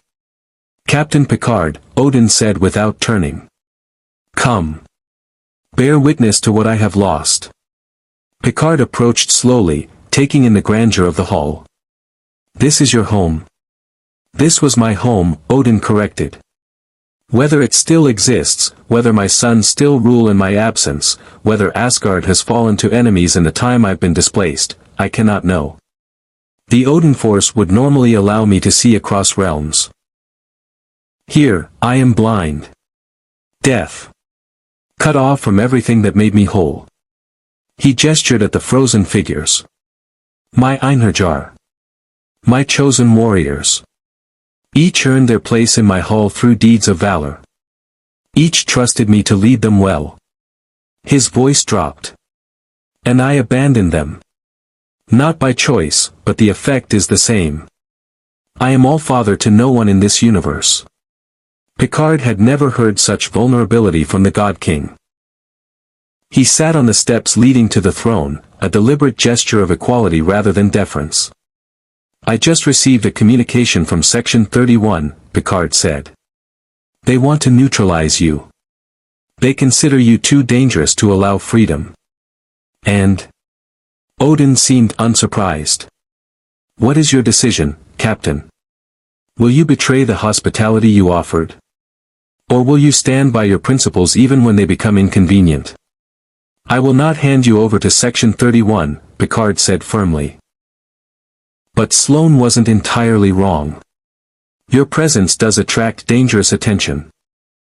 Every major power in the quadrant is now aware of you. Some will seek alliance. Others will seek to eliminate you as a threat. And he paused, choosing his words carefully. I don't know how to protect you from threats I can barely comprehend, let alone counter." Odin finally turned to look at him, that single eye blazing with intensity. "I do not require your protection, Captain. I am Odin All-Father. I have survived betrayals, wars, the very ending of worlds. What I require is time. Time to understand this universe, time to find a way home, time to determine what Q's purpose was in bringing me here. And if you can't find a way home?" The question hung between them like a blade.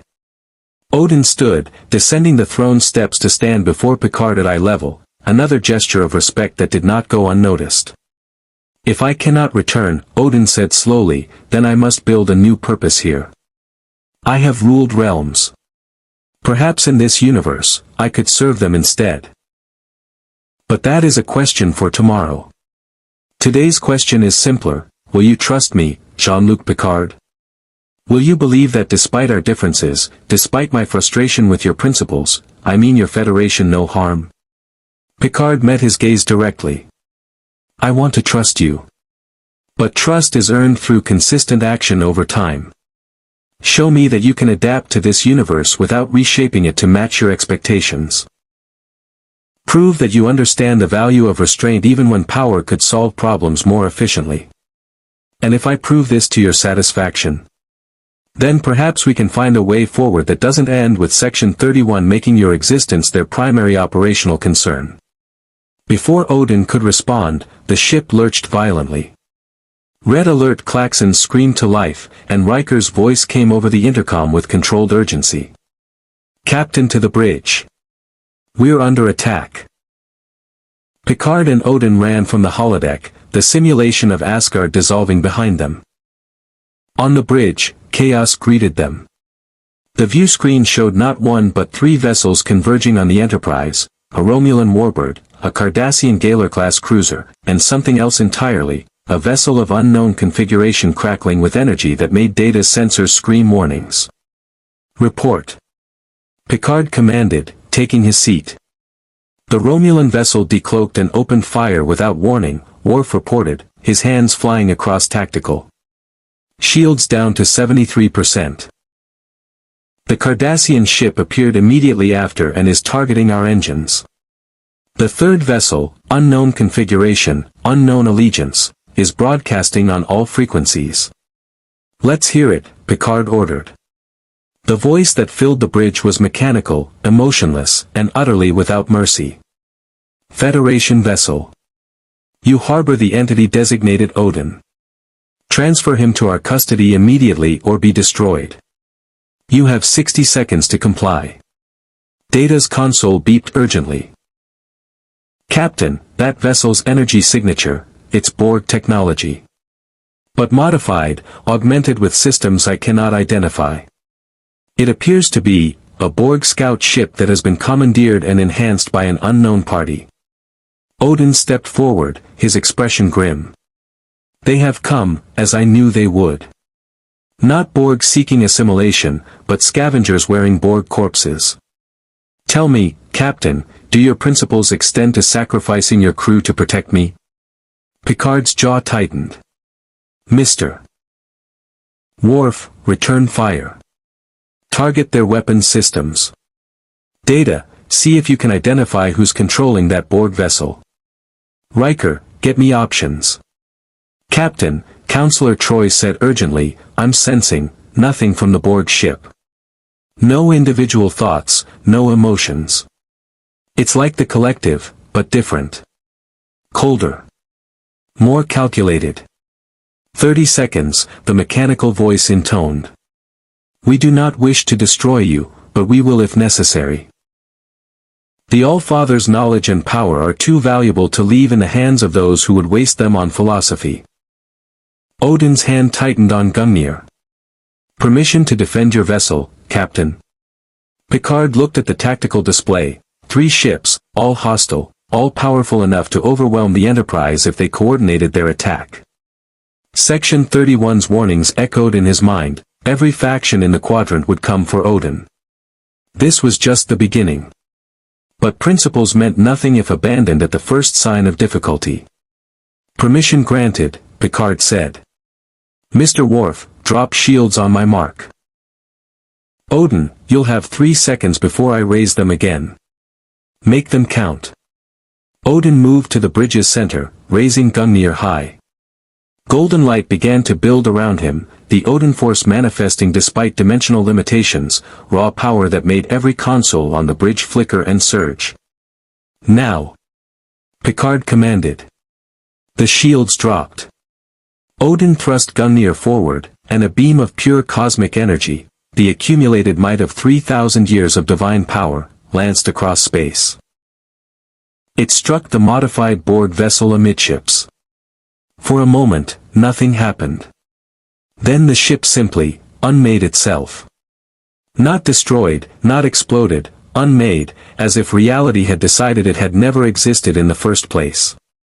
Debris that should have scattered across space instead faded into non-existence, pulled into whatever dimensional void Odin had opened. The Romulan and Cardassian vessels immediately broke off their attack, warping away so fast they left sensor ghosts in their wake. "Shields up," Picard ordered. The bridge crew stared in stunned silence at the empty space where 3 enemy vessels had been moments before. Odin lowered Gungnir, breathing heavily. The golden light faded, and for the first time since arriving in this universe, he looked genuinely tired. "Dimensional erasure," he explained. "Not destruction. That vessel and everyone aboard now exists in a pocket dimension where time does not flow. They are trapped, but alive. Killing was unnecessary."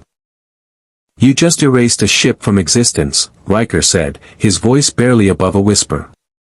"With a single attack. And it nearly exhausted my remaining power reserves," Odin admitted. "The Odinforce does not replenish as it should in this universe. Such displays are impressive, but unsustainable. Had there been a 4th opponent, I would have been helpless." He looked directly at Picard. "So yes, Captain. I can defend your vessel. But I cannot do so indefinitely. At some point, we must find a permanent solution, either return me to my universe, or find a way to integrate me into yours that does not paint targets on the backs of everyone near me." Picard stood slowly, processing what he'd just witnessed. "Agreed. But first, we need to determine who sent that modified Borg vessel. And why they want you badly enough to risk attacking a Federation starship." "I may have insight on that," Data said, still analyzing the residual energy signatures. "Captain, before the vessel was erased, I detected quantum signatures consistent with technology from the Sung-type android research facility in the Omicron Theta system. Whoever modified that Borg ship had access to some of the most advanced cybernetic research in Federation history." Picard's blood ran cold. "Data, are you suggesting?" "I am suggesting," Data interrupted carefully, "that someone with deep knowledge of both Borg technology and Federation cybernetics wanted to capture Odin. The list of individuals or organizations with such capabilities is extremely short." He didn't need to say the name. Everyone on the bridge understood. Section 31 hadn't waited for Picard's cooperation. They'd sent their own retrieval team, one using Borg technology as cover, planning to blame the attack on the collective while acquiring their prize. And Odin had just erased their operation from existence. Picard tapped his comm badge. "Security, seal all access points to the bridge. No one enters or exits without my direct authorization. Mr. Worf, scan the entire ship for unauthorized personnel or technology.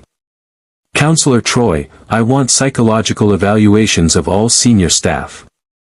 If Section 31 has agents aboard, I want them found." He turned to Odin. "It seems we have a common enemy now. One that operates from the shadows and won't stop until they either control you or eliminate you as a threat." Odin's smile was grim. "Then perhaps it's time to drag them into the light. I have dealt with hidden enemies before, Captain. The key is making them understand that some prey is simply too dangerous to hunt. We do this by Federation standards," Picard warned. "No dimensional erasure, no displays of overwhelming force. We find proof of Section 31's involvement and expose them through proper channels. And if proper channels fail..." Picard met his gaze steadily. "Then we'll improvise. Together." As the Enterprise went to yellow alert and began intensive internal security scans, neither man noticed the small device attached to the underside of the tactical console. It had been placed there by a crew member who would never remember installing it, its purpose simple: transmit everything said and done on the bridge to a relay station in the Badlands. Section 31 was listening. And they were learning that conventional methods would not work on the All-Father. It was time to escalate. To bring in assets that even a God King might not anticipate. It was time to call in the Borg. The real Borg. The Enterprise had been at yellow alert for 16 hours, internal security sweeps revealing nothing conclusive but enough irregularities to justify Picard's paranoia. 3 crew members had no memory of the previous 48 hours. 2 isolinear chips in engineering contained subroutines that shouldn't exist. And a pattern buffer in Transporter Room 4 showed evidence of an unauthorized site-to-site transport that the duty officer swore never happened. Someone had been aboard. Perhaps still was. Picard sat in his ready room, staring at the reports with growing frustration, when Guinan entered without announcement, a privilege only she enjoyed. "You look like a man who's realized he's playing a game where everyone else knows the rules except him," she said, settling into the chair across from his desk. Section 31 tried to abduct Odin using modified Borg technology, Picard said. He erased their ship from existence. Now I have a God King who just demonstrated he can unmake reality aboard my vessel, and an organization that won't stop until they either control him or eliminate him. How do I protect my crew from the crossfire, Guinan? You don't, she said simply. Not completely.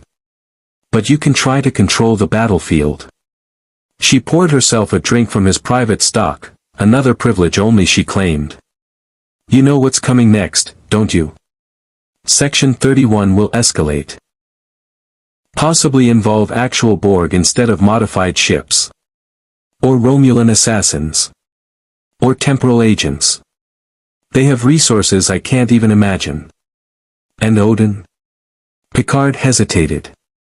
He's adapting. Learning. But every demonstration of his power makes him more valuable to those who want to weaponize him, and more threatening to those who want him eliminated.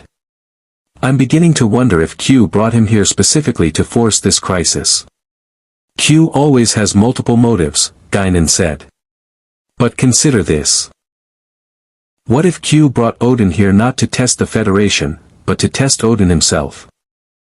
What if this whole situation is meant to teach the All-Father something about the universe he couldn't learn in Asgard? Before Picard could respond, the ship lurched violently. Not the sharp impact of weapons fire, but something else, a fundamental wrongness that made the deck plates hum with dissonance and the lights flicker in patterns that hurt to watch. Red alert, Riker's voice came over the intercom, strained. Captain to the bridge.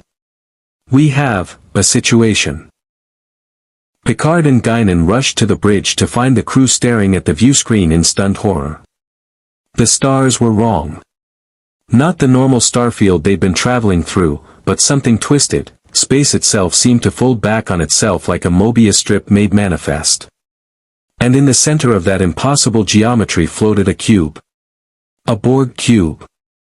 Not damaged, not derelict, fully operational, its surface alive with the green light of 1,000 drones preparing for assimilation.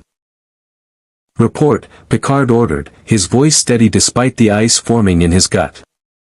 Data's fingers flew across his console. Captain, the spatial distortion appeared without warning. Our current position is unchanged, yet the cube is somehow present despite not having traveled through normal space. It's as if reality was edited to include them. Hail them, Picard said, though he knew it was futile. The response came immediately, broadcast directly into the bridge's systems. We are the Borg. You will be assimilated. Your biological and technological distinctiveness will be added to our own. Resistance is futile. But there was something different this time, a second voice, woven through the collective's usual monotone. Familiar. Human. Male. Especially resistance from dimensional anomalies that claim divinity. Odin of Asgard, you represent perfection we have not yet achieved. You will be assimilated. Through you, the collective will gain access to dimensional manipulation, reality alteration, and the power to reshape existence itself. Odin strode onto the bridge, Gungnir already glowing with gathering power. The Borg Collective. I have studied them in your databases. Being stripped of individuality, reduced to components in a vast machine. How pathetic. Captain, Worf said urgently, they're attempting to lock tractor beams. Shields holding but the power output. They're not trying to destroy us. They're trying to hold us in place. While they beam drones aboard, Riker finished. Standard Borg assimilation protocol. Not standard, data corrected. Captain, I'm detecting an unusual configuration in their tractor beam emissions. They're specifically designed to interfere with the energy signature Odin generates. Someone told them exactly what frequencies to use. Section 31. They hadn't sent the Borg directly.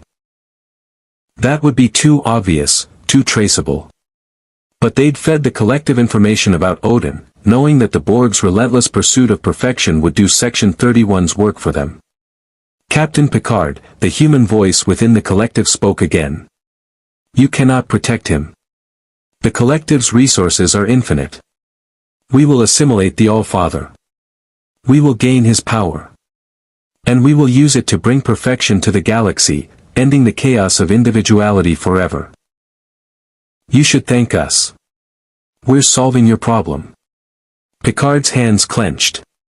Odin, can you do what you did to the modified vessel? Erase the cube from existence. No, Odin's expression was grim. That tactic succeeded because the enemy was unprepared and smaller. The Borg collective is vast, this cube is merely one appendage of a greater whole.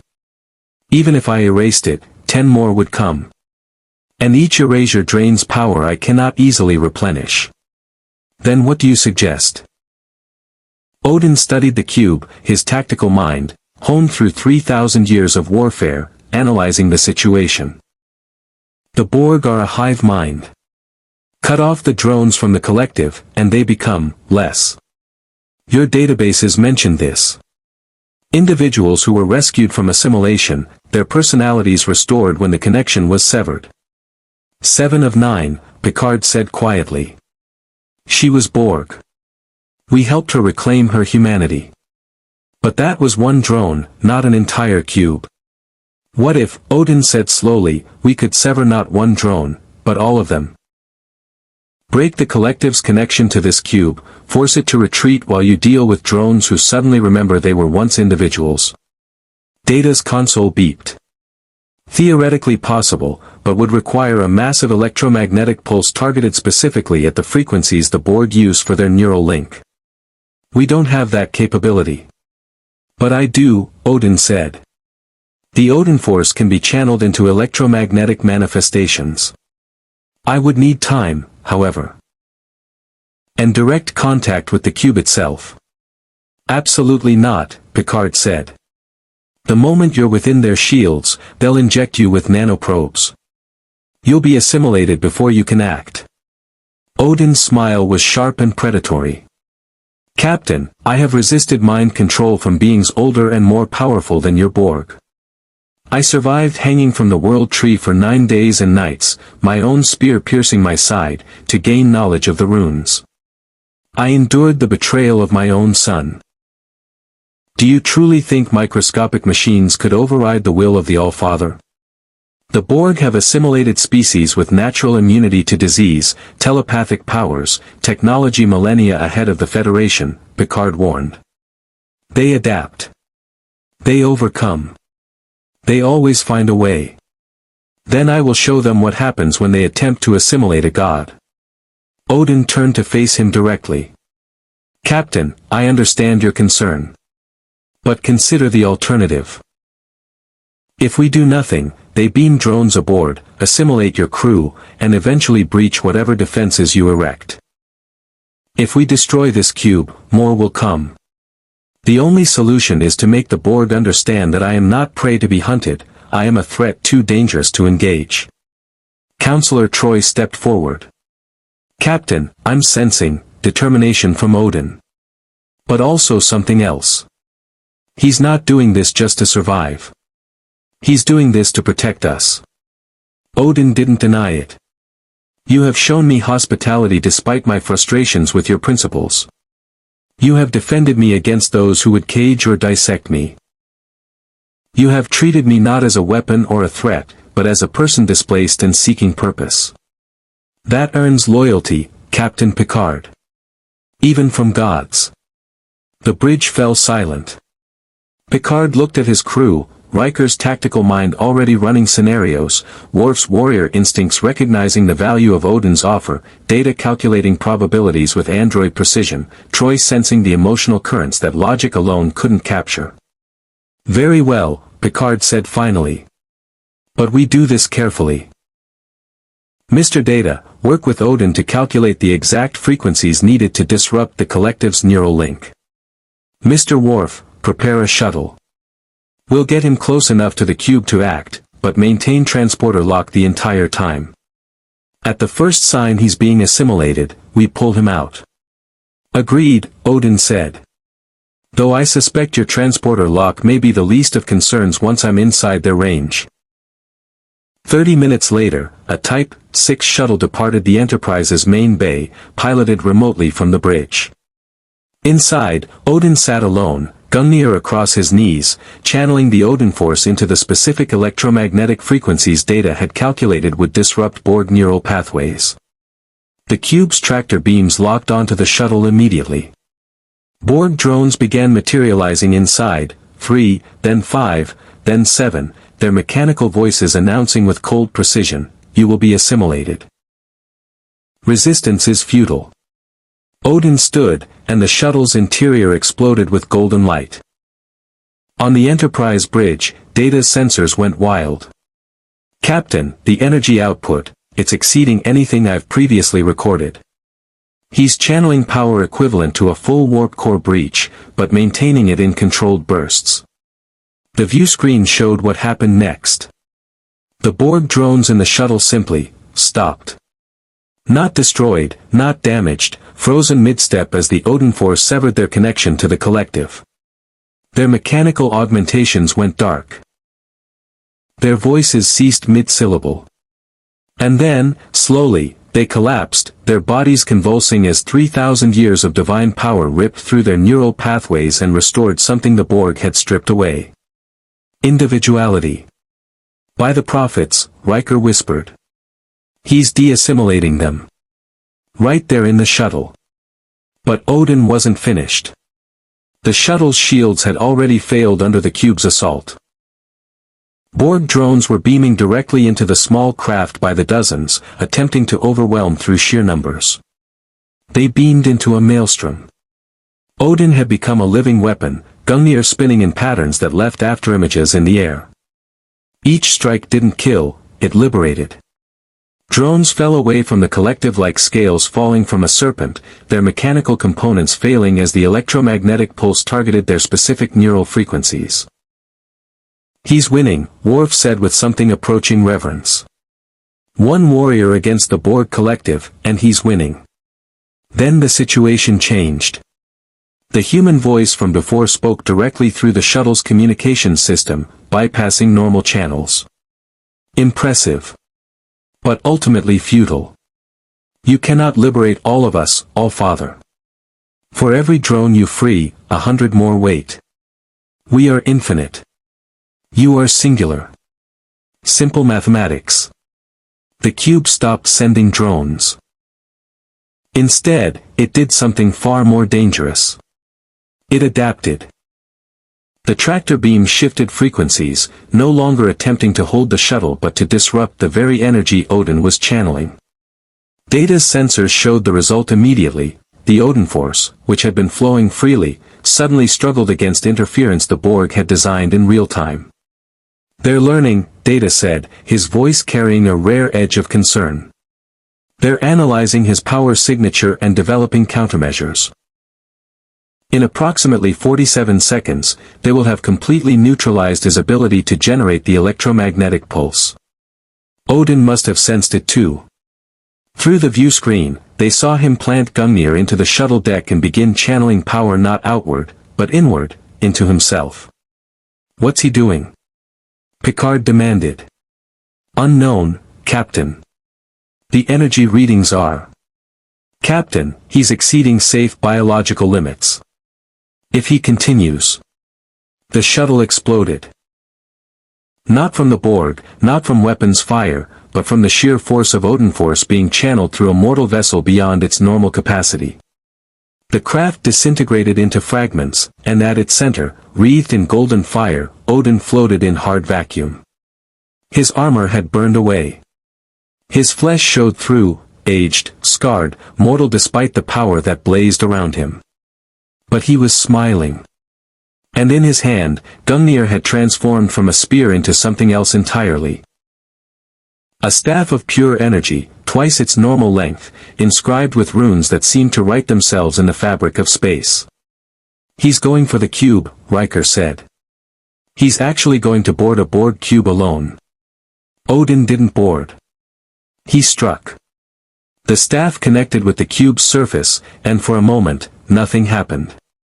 Then light erupted from the point of contact, not the green glow of Borg technology, but the golden radiance of divine power unleashed without restraint. It spread across the cube's surface like wildfire, racing through corridors and chambers, touching every drone, every alcove, every neural processor. On the Enterprise, they watched through sensors as an entire Borg cube, 3 kilometers of assimilated civilizations, millions of drones, centuries of technological perfection, simply stopped functioning. The drones fell from their alcoves, their connections severed.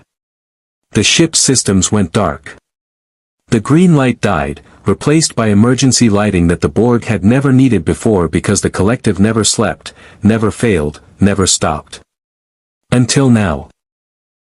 Odin floated before the dead cube, his transformed staff still glowing, his body racked with the strain of what he'd just accomplished.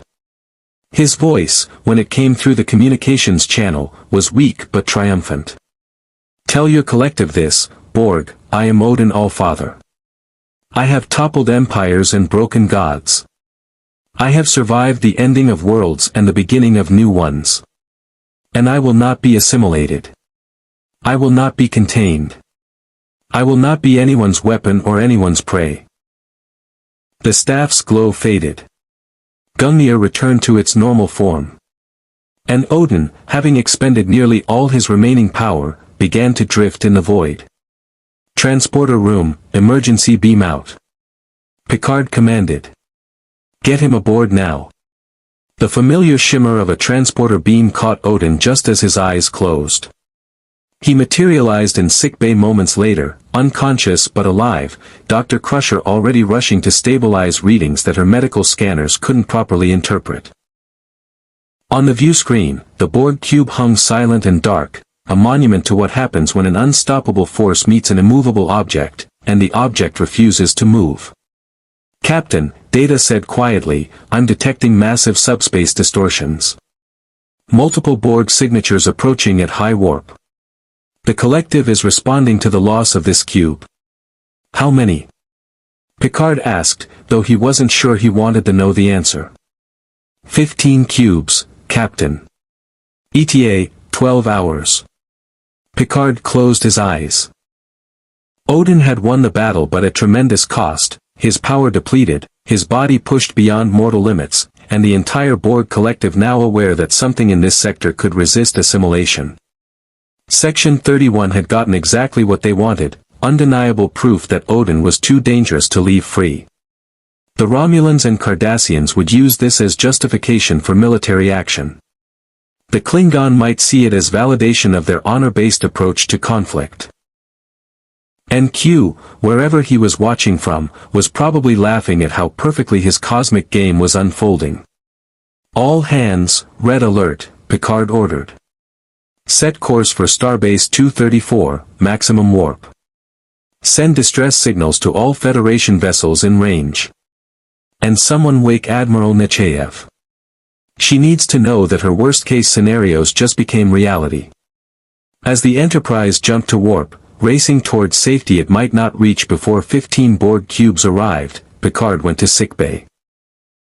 He needed to see Odin, needed to understand if what they just witnessed was victory or merely the opening salvo in a war that would consume the entire quadrant. In sickbay, Dr. Crusher looked up from her patient with an expression Picard had rarely seen on her face, genuine fear.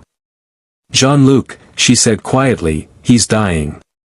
Whatever he did out there, it's killing him from the inside. His cellular structure is breaking down. And I have no idea how to stop it. Picard looked down at the All-Father, this being who had ruled for 3,000 years, who had fought gods and conquered realms, now reduced to a mortal body failing on a biobed in a Starfleet sickbay. Then find a way, Picard said. Because if he dies, and 15 Borg cubes arrive seeking revenge, we're all dead anyway. Dr. Beverly Crusher had seen many impossible patients in her career, beings made of pure energy, shapeshifters, telepaths whose physiology defied conventional medicine. But Odin presented a unique challenge. He was simultaneously mortal and divine, his body caught between two states as it struggled to survive without the dimensional connection that sustained him. His cellular structure keeps trying to regenerate, Crusher explained to Picard as they stood over the biobed, but it's like watching a plant trying to photosynthesize without sunlight. The mechanism is there, the biology functions, but the fuel source is missing. In his universe, the Odinforce flowed from something called Yggdrasil, the world tree. Here, he's cut off from that source. Every time he uses his power, he's burning his own life force as fuel. How long does he have? Picard asked. At current deterioration rates? 48 hours. Maybe less if he exerts himself again. Crusher's expression showed the frustration of a healer facing a problem beyond her expertise. I've consulted with every xenobiologist in Starfleet's database. No one has ever encountered a physiology like this. It's as if he's part of a closed ecosystem, and we've removed him from it. On the biobed, Odin's eye flickered open. His voice, when he spoke, was hoarse but still carried the weight of command. You will not save me through medicine, Doctor. This is not a disease you can cure. It is disconnection from the source of my being. Then tell me what you need, Crusher said. There must be something. What I need is Yggdrasil. The cosmic tree that binds the 9 realms together. Its roots in the wells of knowledge, its branches touching every world under my protection. Odin's breathing was labored. Without it, I am like your starship without a warp core. All the components function, but the power to sustain them fails. Picard leaned closer. The holodeck. You recreated Asgard there. Could you use that simulation to reconnect, even temporarily? Holographic projections have no substance, Odin replied. They are light and force fields, nothing more. The world tree is reality itself, woven through dimensions in ways your science cannot replicate. He paused, a thought occurring. But there is another possibility. Your ship travels faster than light by warping space itself, yes. The warp drive, yes. And to do so, you manipulate dimensions, fold space to bring distant points closer together. Odin's single eye gleamed with renewed focus. What if we used that principle not to travel, but to reach? To extend a dimensional tendril from this universe toward my own, just enough to brush against Yggdrasil's outer branches? Data, who had been monitoring from the medical console, looked up with interest. Theoretically possible, though it would require precise calibration. We would need to know the exact dimensional frequency of your universe, and even then, the strain on our warp core would be immense. It could burn out the dilithium matrix entirely. Do it, Picard ordered. Mr. Data, work with Odin to determine the frequencies. Geordi, I need you in engineering immediately. Prepare the warp core for a sustained dimensional bridge. Captain, Riker's voice interrupted over the comm, we have a problem. The Borg cubes have adjusted their pursuit. They'll intercept us in 4 hours, not 12. And Admiral Nechayev is on subspace. She's not happy. Picard closed his eyes briefly. Of course not. Transfer the Admiral to my ready room. I'll take it there. Captain, Odin said, stopping him. If the Borg arrive before we can establish the dimensional connection, I will be unable to defend your ship.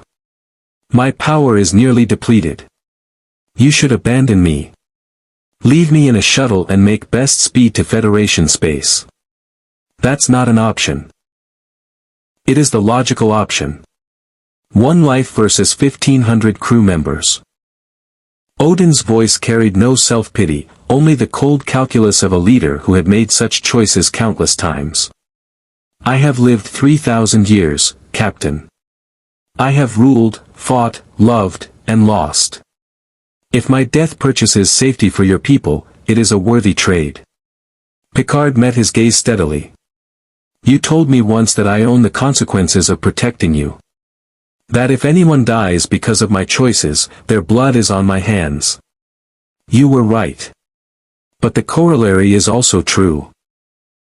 I don't abandon those under my protection, regardless of the cost. You're aboard my ship. That makes you one of mine. And I don't trade lives like currency. Something shifted in Odin's expression, surprise, perhaps, or the beginning of genuine respect. Your principles will destroy you someday, Captain. Perhaps.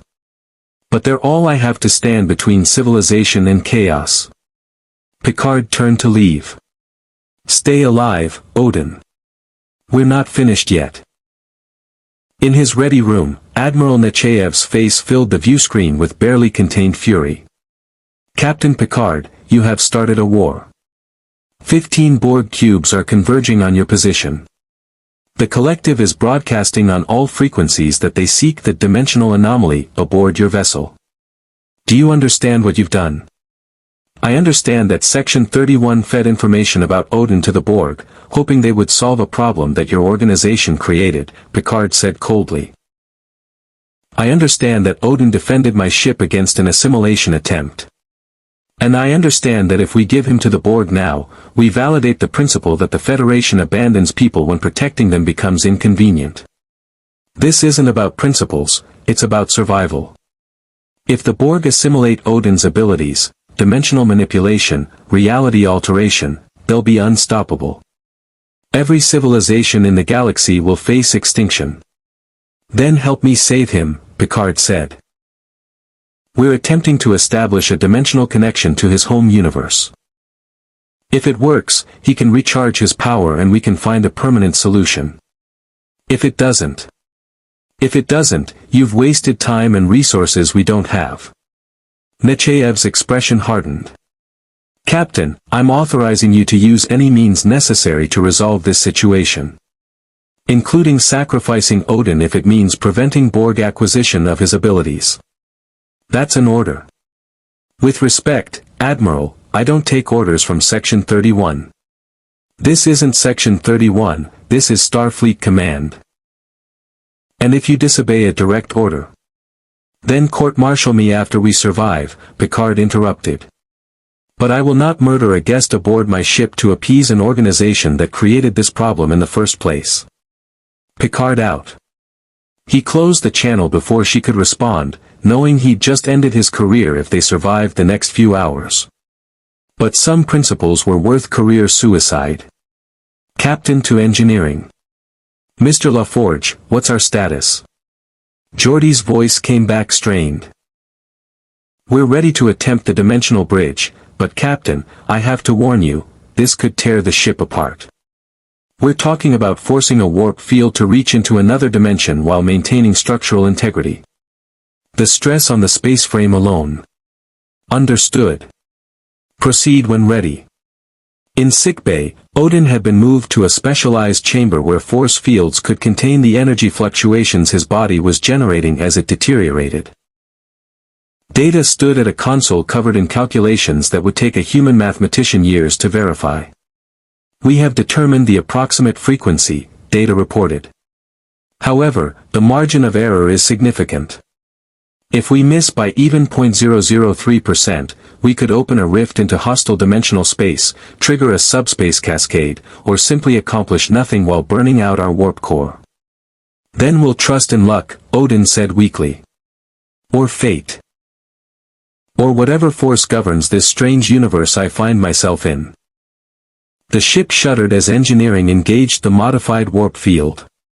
On the bridge, Riker watched the viewscreen show something no one had seen before, space itself twisting like fabric being wrung dry, colors bleeding into spectrums that human eyes weren't designed to perceive. Warp core temperature rising, Geordi reported. Dilithium matrix stress at 83%. 87. 92. Captain, we're approaching failure threshold. Hold it together, Geordi, Riker said. Just a little longer. In sickbay, Odin gasped as something touched him, not physical contact, but the faintest brush of power from impossibly far away. It was like a drowning man feeling the first drops of rain on his tongue, insufficient to save him, but proof that water existed somewhere beyond his reach. Closer, he whispered. The frequency is correct, but the connection is too weak. You must amplify. We're at maximum output. Geordi's voice was desperate. Captain, the dilithium matrix is fracturing. We have maybe 30 seconds before catastrophic failure. Data's fingers flew across his console, making calculations faster than conscious thought. Captain, I believe I can boost the signal by routing power from non-essential systems. Life support, holodecks, replicators, everything except propulsion and shields.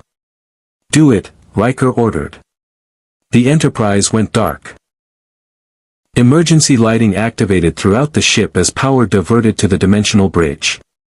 The warp core screamed in protest, its containment field fluctuating wildly. And in sickbay, Odin's body began to glow. Not the golden light of the Odinforce, but something purer, the raw essence of connection restored. Through the impossibly thin bridge Data had engineered, power flowed from Yggdrasil across dimensional barriers that should have been impassable. It wasn't much. It wasn't enough to fully restore him. But it was sustenance for a starving god. It's working. Crusher said, her medical scanners showing cellular regeneration beginning. His physiology is stabilizing. But slowly, if we lose the connection now. Borg cubes entering weapons range, Worf reported from the bridge. They're charging weapons. Shields at maximum, but Captain, 15 cubes, we cannot survive a sustained assault. The view screen showed the approaching armada, 15 perfect geometric nightmares, each capable of destroying the Enterprise single-handedly. Together, they were an extinction-level event. Hail them, Riker ordered, though he knew it was futile. The response came immediately, the cold, mechanical voice of the collective. You will surrender the dimensional anomaly. Compliance is your only option. Resistance will result in your assimilation. Your distinctiveness will be added to our own. But beneath the collective's voice, that human element spoke again, the voice that had coordinated the earlier attack. Captain Riker, this is your final warning. Section 31 tried to contain this situation discreetly. You forced our hand by protecting a being who threatens the stability of the entire quadrant. Give us Odin, or we will take him.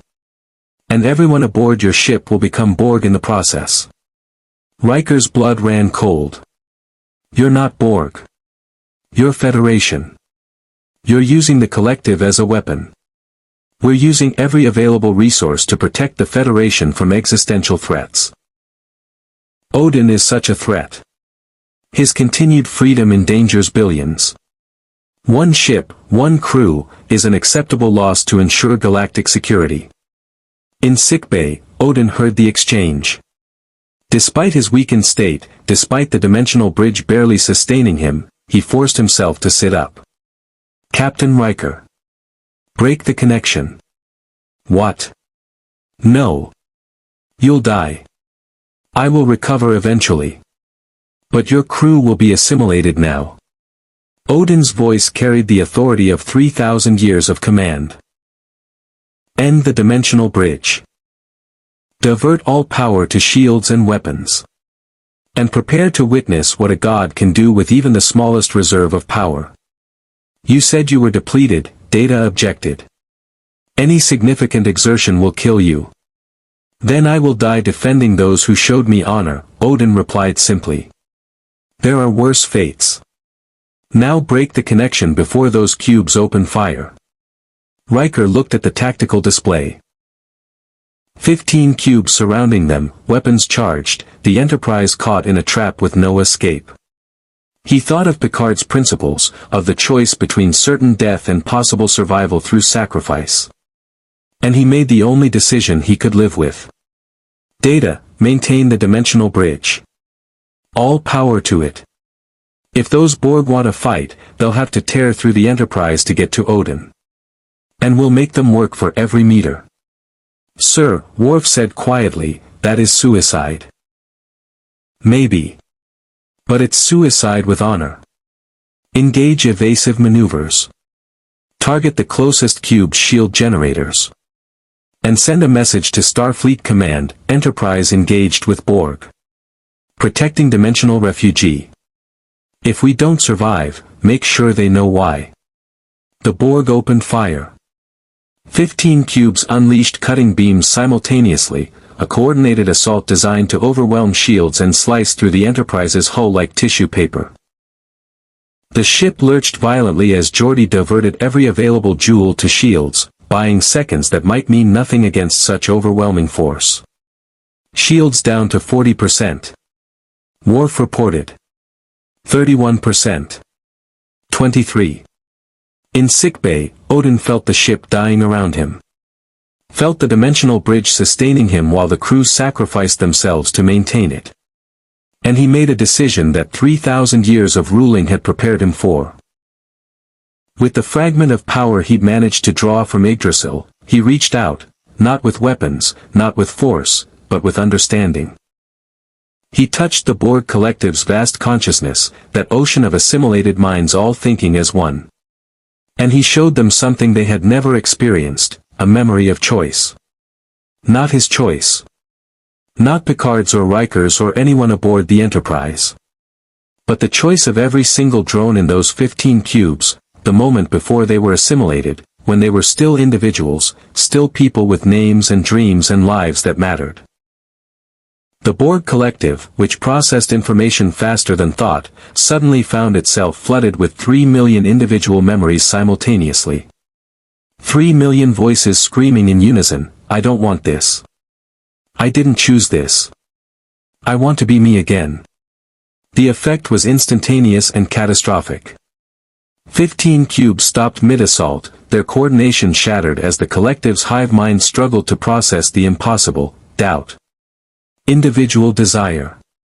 The remembrance of self. In the chaos, one voice rose above the others, not mechanical, not emotionless, but human and desperate and free. Enterprise, this is Lieutenant Marcus Chen, Starfleet Intelligence. I was assimilated 3 years ago during the Lalo incident. For 3 years, I've been trapped in here, aware but unable to act. What you just did, what Odin just did, it's breaking their control. Not permanently, but enough. Get out of here. Now. Before they adapt.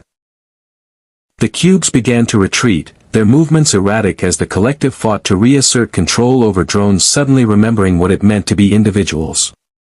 On the Enterprise bridge, Riker stared in disbelief. Did Odin just hack the Borg collective? Not hack, data corrected, his voice filled with something approaching awe. He reminded them of what they had lost. The collective cannot process that level of individual consciousness simultaneously. It is overwhelmed.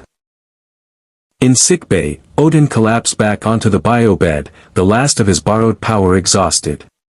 But he was smiling. 3 million voices, he whispered. 3 million souls crying out for freedom. Even I have never commanded such an army. His eye closed. Perhaps your Federation is right, Captain Picard. Perhaps the greatest power is not in forcing others to obey, but in reminding them why they should choose to stand together. Dr. Crusher's scanners showed his condition stabilizing, barely, but enough. The dimensional bridge had given him just enough power to survive, and his final act had bought them time to escape.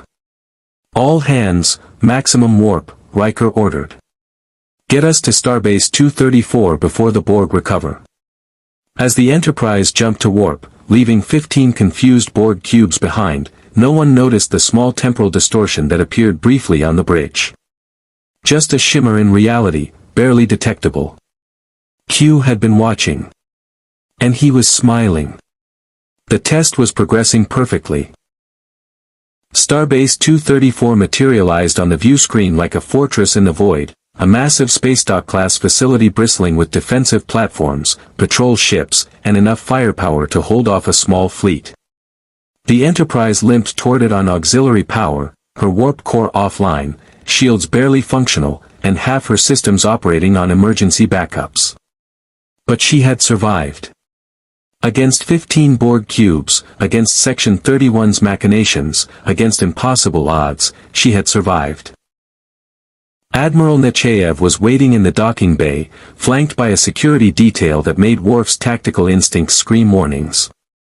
The moment Picard stepped off the Enterprise, she approached with an expression that could freeze plasma. "Captain Picard," she said formally, "you are hereby relieved of command pending a formal inquiry into your actions.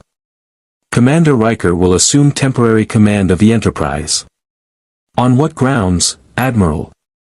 "Disobeying direct orders. Endangering your crew. Starting an incident with the Borg collective that required the deployment of 12 Starfleet vessels to contain." Her voice dropped to something more personal. "And for being right when I desperately needed you to be wrong." Picard blinked. "I'm sorry." Nechayev gestured to her security detail to stand down. "Walk with me, Captain. We have much to discuss, and very little time." They moved through the starbase corridors, away from listening devices and prying eyes, until they reached an observation lounge overlooking the docked Enterprise. Repair crews swarmed over her hull like antibodies fighting an infection. "Lieutenant Marcus Chen," Nechayev began without preamble, "the officer who spoke to you from within the Borg collective.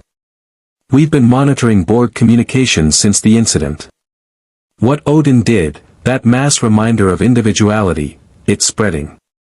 Not quickly, but persistently. Drones across multiple cubes are beginning to remember fragments of their former lives. The collective is spending enormous resources trying to reassert control. You're saying Odin damaged the Borg? I'm saying he may have introduced the first virus the collective can't simply adapt away from, hope." Nechayev turned to face him. "The implications are staggering. If we could weaponize this effect, replicate what he did." "No," Picard said firmly. "We will not turn Odin into a weapon, Admiral. That's exactly what Section 31 tried to do, and it nearly destroyed my ship. Which brings me to Section 31. Nechayev's expression hardened. "The voice you heard coordinating the Borg attack, we've identified him. Luther Sloan, Deputy Director of Section 31. He's been operating independently of any official Starfleet oversight for years. What you exposed by forcing his hand is problematic." "Problematic?" "Catastrophic," Nechayev corrected. "Section 31 has infiltrated Borg space. They've developed technology to partially control collective drones. And they used those capabilities to try to assassinate or capture a being under Federation protection. The political fallout when this becomes public will be devastating." Picard felt a cold suspicion forming. "When it becomes public, or if?" Nechayev met his gaze evenly. "That depends on what we decide in this room, Captain. I can release the full details of Section 31's involvement, expose them, trigger investigations, possibly dismantle the organization entirely. Or we bury it. Classify everything under the Omega Directive protocols. Claim the Borg acted independently, that Odin's defense was purely reactive, and that the situation has been contained through standard Starfleet procedures." "You want me to lie," Picard said flatly. "I want you to choose which truth serves the Federation's long-term interests," Nechayev replied. "Exposing Section 31 would be satisfying, yes. But it would also reveal vulnerabilities to the Romulans, Cardassians, and every other power watching for Federation weakness. It would trigger a political crisis that could fracture the very institutions you risked everything to protect." Picard stared out at the Enterprise, thinking of his crew, their courage, their sacrifice, their unwavering belief that the principles they served mattered more than expediency. And Odin? He asked. What happens to him in either scenario? That's the other problem. Nechayev pulled up a holographic display showing sensor logs. Our science teams have been analyzing the dimensional bridge you created. Captain, you didn't just connect to Odin's universe. You created a stable pathway that remains partially open. It's degrading, yes, but slowly. Within 72 hours, someone with the right knowledge and power could use it to cross dimensions. Meaning Odin could go home. Meaning Q could bring more beings across, Nechayev corrected. Or the Borg could follow the pathway to Odin's universe and assimilate entire realms we can't even imagine. Or hostile forces from his universe could invade ours. You've opened a door, Captain Picard. And we have no idea what might come through it. Before Picard could respond, the starbase shook violently. Red alert klaxons screamed to life, and Nechayev's combadge erupted with urgent reports. Admiral, we have a massive spatial distortion forming inside the starbase. Energy readings are off the scale. It's... The transmission cut off as reality itself seemed to fold inward. The observation lounge's windows showed space twisting, colors bleeding into impossible spectrums, and then... Q appeared. Not with his usual theatrical entrance, not with smug superiority and cosmic jokes. This Q looked different. Disheveled. His omnipotent confidence replaced by something almost like urgency. Picard, Q said without preamble, we have a problem. A real one, not the tests and trials I usually subject you to. Something has noticed the dimensional bridge you created. Something old. Something hungry. And it's coming. What are you talking about? Picard demanded. Q waved his hand, and the observation lounge transformed into a viewing chamber showing not space, but the dimensional pathway Data had engineered. And crawling along that pathway, moving with terrible purpose toward their universe, was something that made even Q's expression show concern. It looked like a ship, but built from principles that violated sanity. Hull plates that existed in multiple dimensions simultaneously.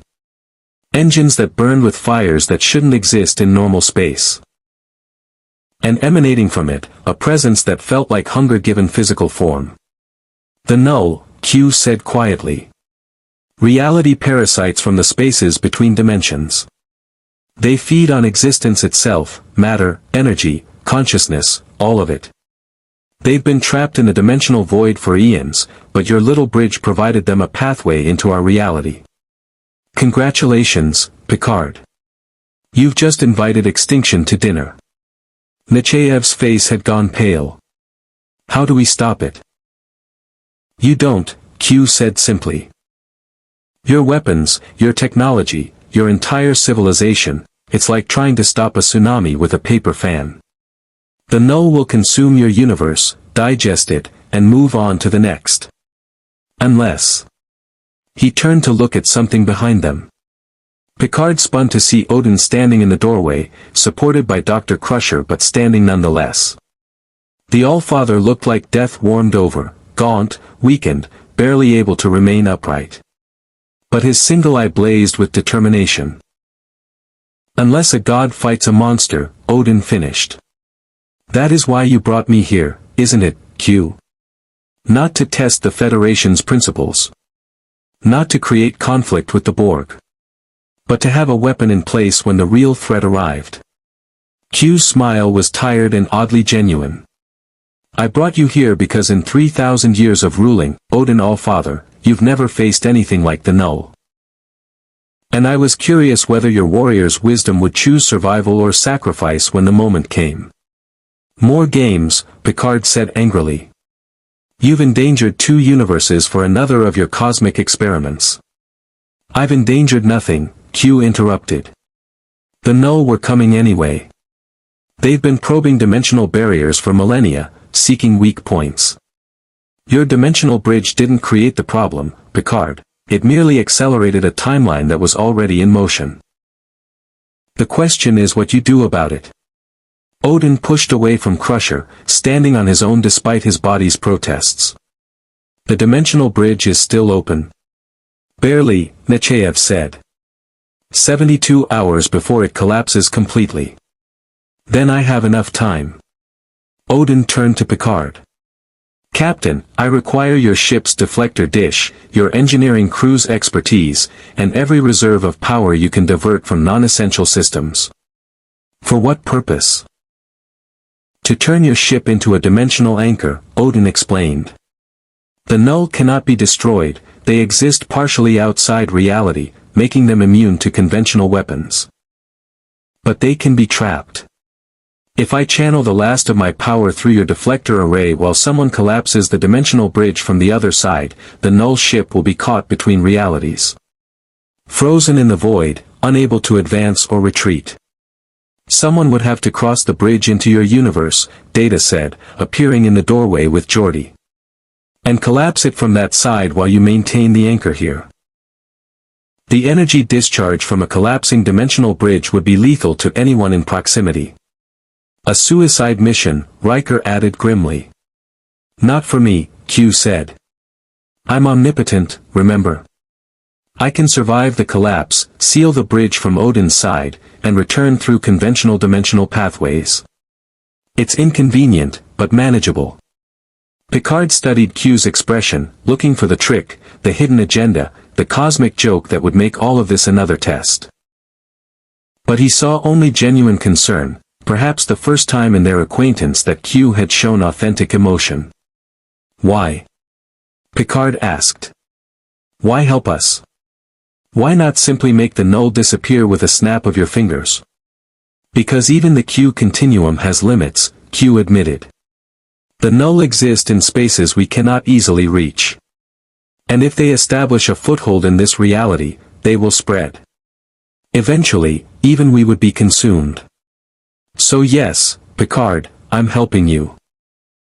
Not out of altruism, but enlightened self-interest. The best kind, really. Odin moved to the window, looking at the approaching null ship. How long before it reaches this universe? 6 hours, Q said. Maybe 8 if we're lucky. Then we begin immediately. Odin turned to face the assembled Starfleet officers. Admiral Nechayev, I require authorization to modify the Enterprise. Captain Picard, I need your crew's cooperation. And Q. I need your word that you will seal that bridge, regardless of what else might cross it before it closes. What else would cross it? Picard asked. Odin's expression was unreadable. Thor. My son. If he has discovered my absence, if he has learned of the pathway between universes, he will attempt to retrieve me. I cannot allow that. He is needed in our universe to rule Asgard in my stead. You must promise me, Q, seal the bridge even if Thor is in transit. Trap him in the void if necessary. But do not let him cross into this universe, where he would be disconnected from the source of his power just as I have been. You're asking me to potentially kill your son, Q said. I'm asking you to save 2 universes. Odin's voice carried the weight of a father making the hardest choice possible. My son is mighty, but he is young. He does not yet understand that some sacrifices must be made. I do. Seal the bridge, Q. No matter who is in it when it collapses. The silence that followed was heavy with implications. Finally, Q nodded. You have my word. Such as it is. Nechayev looked at Picard.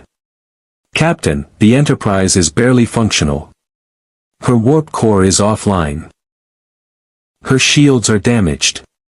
Asking her to serve as a dimensional anchor in this condition is exactly the kind of impossible task she was built for, Picard finished. Admiral, I request permission to resume command and proceed with this operation. Nechayev studied him for a long moment. Then she straightened. Permission granted. And Captain? For what it's worth, I'm glad you were right. The Federation needs officers who believe in principles more than expediency. Even when, especially when. It makes command decisions more difficult. Thank you, Admiral. As they prepared to return to the Enterprise, Q pulled Picard aside. You know this probably won't work, right? Even with Odin's power, even with my assistance, the odds of successfully trapping the null are less than 12%. Then we'll have to be exceptional, Picard replied. That's what I've always liked about you, Jean-Luc. Faced with insurmountable odds, certain death, and cosmic-level threats, your response is to try harder. Q's smile was almost fond. It's adorable. Also statistically futile, but adorable nonetheless. Q, why did you really bring Odin here? The omnipotent being's expression turned serious. Because 3,000 years ago, when I first noticed your species, I thought you were interesting. Potential worth cultivating. But I needed to know if that potential extended to your ideals as well as your ingenuity. So I brought someone whose entire existence represents the antithesis of Federation principles: power through authority, intervention without hesitation, rule by divine right, and I watched to see what would happen. And Odin learned that authority without consent is just tyranny with a throne. You learned that principles without power to defend them are just pretty words. Both of you grew. Both of you changed. And now, when the real test arrives, you'll face it together. Philosophy and force, working in concert instead of opposition. Q's smile returned. Quite poetic, really. I should write an opera about it. Something in the key of cosmic irony. He vanished before Picard could respond, leaving the captain to wonder if Q's games ever truly ended, or if they just evolved into higher stakes. Back aboard the Enterprise, Geordi and Data worked with Odin to modify the deflector array, turning it from a shield against spatial debris into a dimensional anchor capable of holding reality itself in place. The modifications were elegant and terrifying, combining Asgardian principles with Federation technology in ways that would take scientists decades to fully understand. On the bridge, Picard watched the null ships approach on long-range sensors. It moved like oil sliding across glass. Wrong in ways that hurt to observe. And ahead of it, the dimensional bridge pulsed with unstable energy, a wound in reality that led to Odin's universe. Captain, Worf said quietly, sensors are detecting another energy signature approaching from the other side of the dimensional bridge. Large. Powerful. Moving at high velocity. Picard's stomach dropped. Thor. Unknown, Worf replied. But the energy profile is consistent with readings we've recorded from Odin. It could be. On the view screen, a figure burst through the dimensional bridge like a comet made manifest. Blonde hair, red cape, wielding a hammer that crackled with lightning. Every database image of Norse mythology made real and terrible and beautiful. Thor, god of thunder, son of Odin, had come to save his father. And he had less than 6 hours to learn that some rescues require sacrifice instead. Thor's arrival was not subtle. He materialized in the Enterprise's main shuttle bay with a thunderclap that shorted out half the power systems and sent maintenance crews diving for cover. Lightning arced across bulkheads, scorching metal and fusing isolinear circuits. And at the center of the maelstrom stood a warrior who had fought across 9 realms, his eyes blazing with barely contained fury. Where is my father? Thor's voice resonated like distant thunder. I felt his presence weakening across the dimensional barrier. I followed his trail through the void itself. And I will not leave this realm without him. Security teams surrounded him, phasers drawn but trembling. To their credit, none fired. They recognized that weapons designed for mortal threats would be less than useless against a being whose very arrival had nearly destroyed the shuttle bay. Picard's voice came over the intercom, calm but urgent. Stand down. Do not engage. I'm on my way. He arrived moments later with Odin leaning heavily on Dr. Crusher, the All-Father's condition having deteriorated further with each passing hour. Father and son locked eyes across the devastated shuttle bay, and something passed between them that transcended words: relief, anger, love, and the terrible knowledge that their reunion might be briefer than either wished. "Father," Thor said, his voice breaking slightly. "What has happened to you? You look diminished." "I am diminished," Odin replied. "Cut off from Yggdrasil, from the source of the Odinforce. I am dying, Thor. Slowly, but inevitably. Unless I can return home." Thor's expression hardened with determination. "Then we leave. Now. The dimensional bridge still exists, I came through it. We can both cross back before it collapses." "No," the single word carried absolute authority. "Father." "No," Odin repeated. "Thor, there is a threat approaching from the space between dimensions.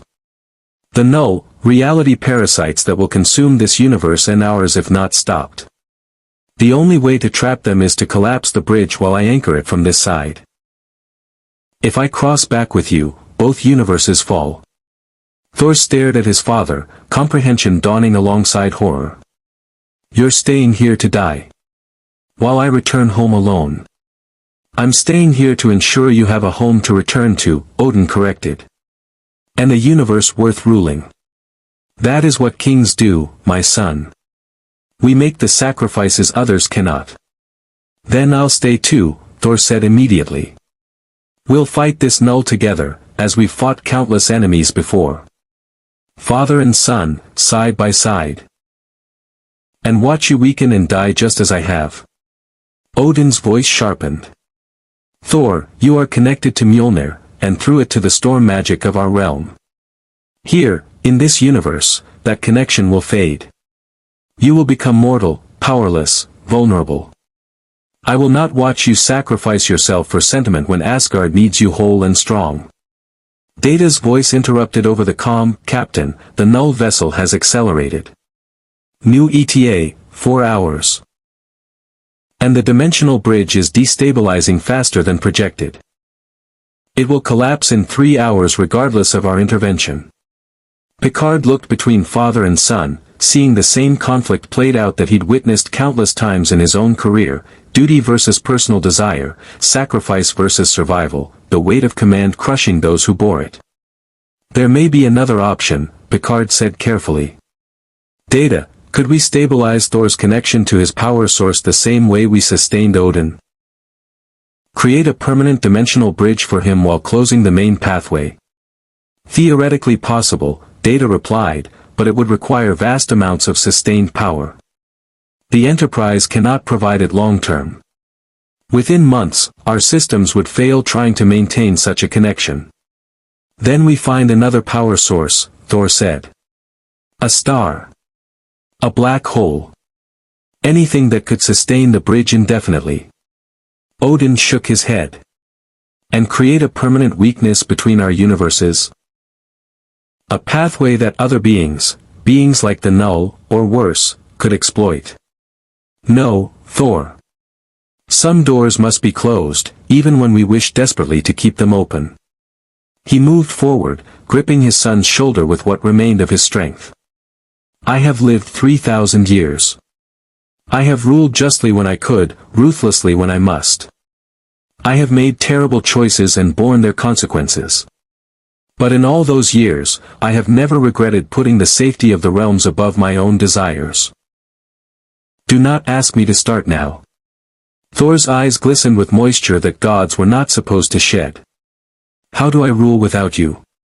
How do I know if my choices are wise or foolish without your counsel?"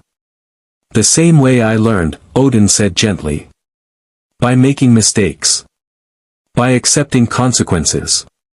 By understanding that wisdom is not the absence of error, but the willingness to learn from it." He smiled sadly. "You are ready, Thor. You have been ready for centuries. I simply did not wish to let go." "Father." "Go," Odin commanded. "Return to Asgard. Tell your brother Loki that I loved him despite his mischief. Tell your mother Frigga that my last thoughts were of her wisdom and grace. And tell our people that their All-Father died doing what he always did, protecting the realms, even those beyond his kingdom. Thor looked at Picard, desperation in his eyes. Captain, there must be something you can do. Your technology, your science, surely you can save him. Picard felt the weight of that plea like a physical force. How many times had he stood in similar circumstances, watching families torn apart by duty, by war, by the cruel mathematics of survival? How many times had he wished for miracles that his science could not provide? I'm sorry, Picard said quietly. But your father is right. Some sacrifices must be made for the greater good. Then your Federation is built on a foundation of accepted tragedy, Thor said bitterly. You watch suffering and call it necessary. You abandon those you claim to protect because the cost of salvation is too high. What kind of civilization accepts such moral compromise? The kind that survives, Odin interjected before Picard could respond. Thor, I have spent days aboard this vessel. I have argued with Captain Picard, challenged his principles, questioned his restraint. But I have also learned something valuable. The Federation survives not despite its moral compromises, but because it struggles with them. They do not accept tragedy, they agonize over it. They do not abandon people lightly, they exhaust every alternative first. He gestured at the Enterprise around them.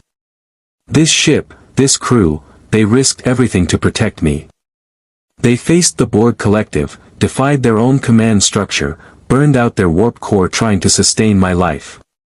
They did not abandon me, Thor. I am choosing to sacrifice myself so that their courage is not wasted. The ship shuddered as the null vessel drew closer. On the bridge, Geordi's voice came over the comm with controlled urgency. Captain, we need to begin the anchoring sequence now. The null ship is starting to destabilize local spacetime just by existing in proximity to our dimension. If we wait much longer, the collapse won't be controlled, it'll be catastrophic. Picard looked at Odin. Are you ready?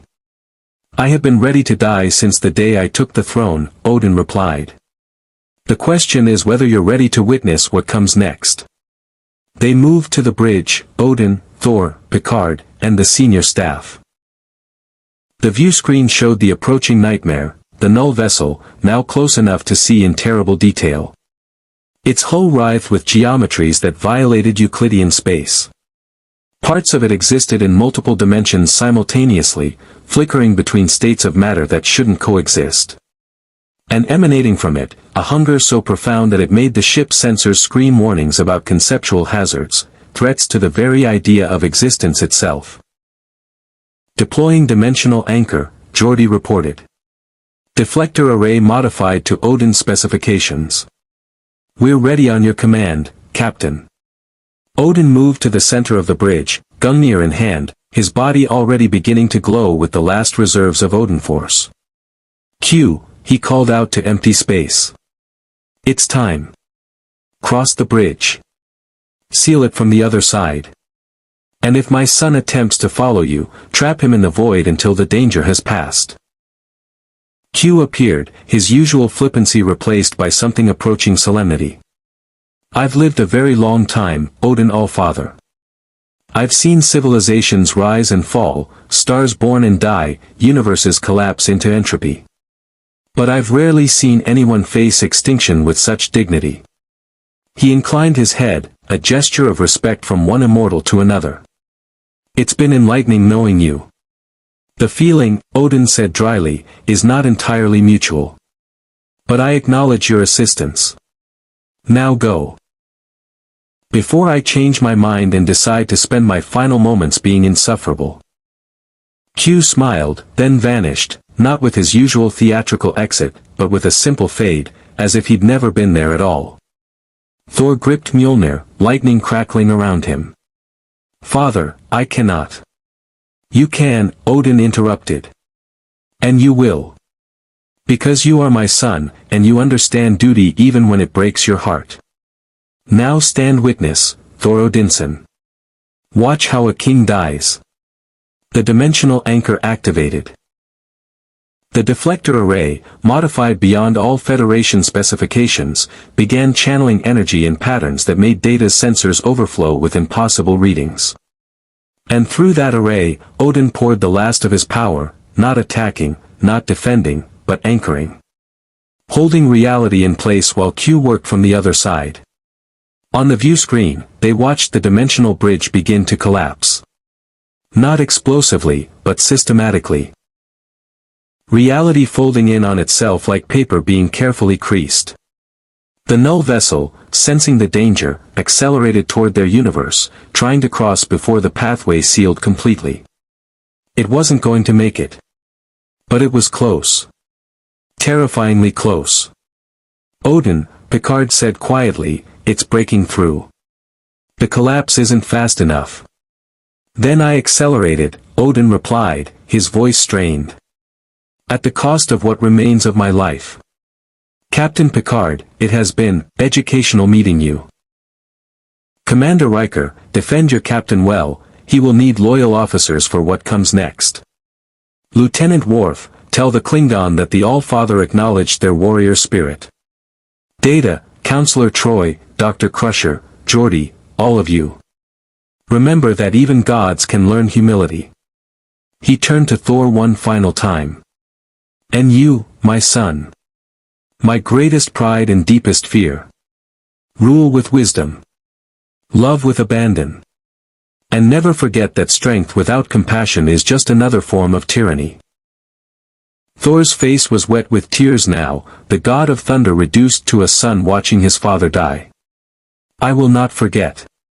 I swear it on Yggdrasil itself. Good. Odin smiled. Then I die content.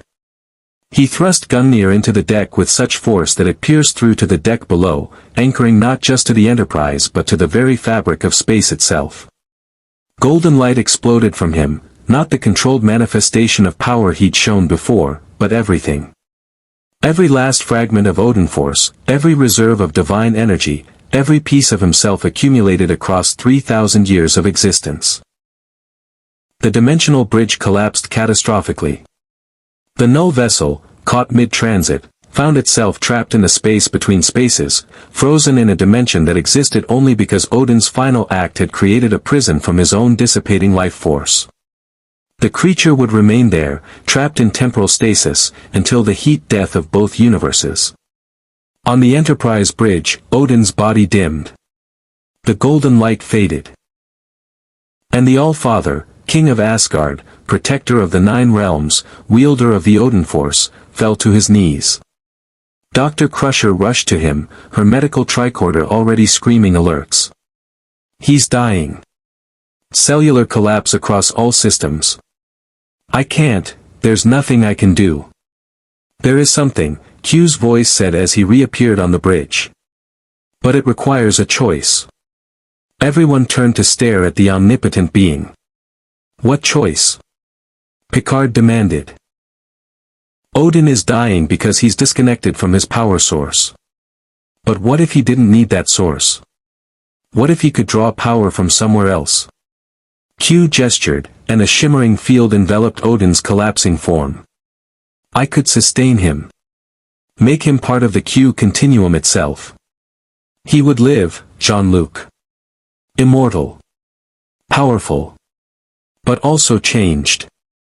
He would no longer be Odin of Asgard. He would be something other. Thor stepped forward. What are you saying? I'm saying I could save your father's life, Q explained. But the price would be his identity. He would exist, but not as himself. Not as the All-Father you know. He would become Q. Part of our collective, our consciousness, our eternal now. Is that salvation or damnation? I genuinely don't know. Odin's eye flickered open. His voice, barely a whisper, carried the last fragments of his will. No. I am Odin. I die, as Odin. Not, as something else. Let me, go. Father, please, Thor begged. My son, Odin breathed. Some things, end.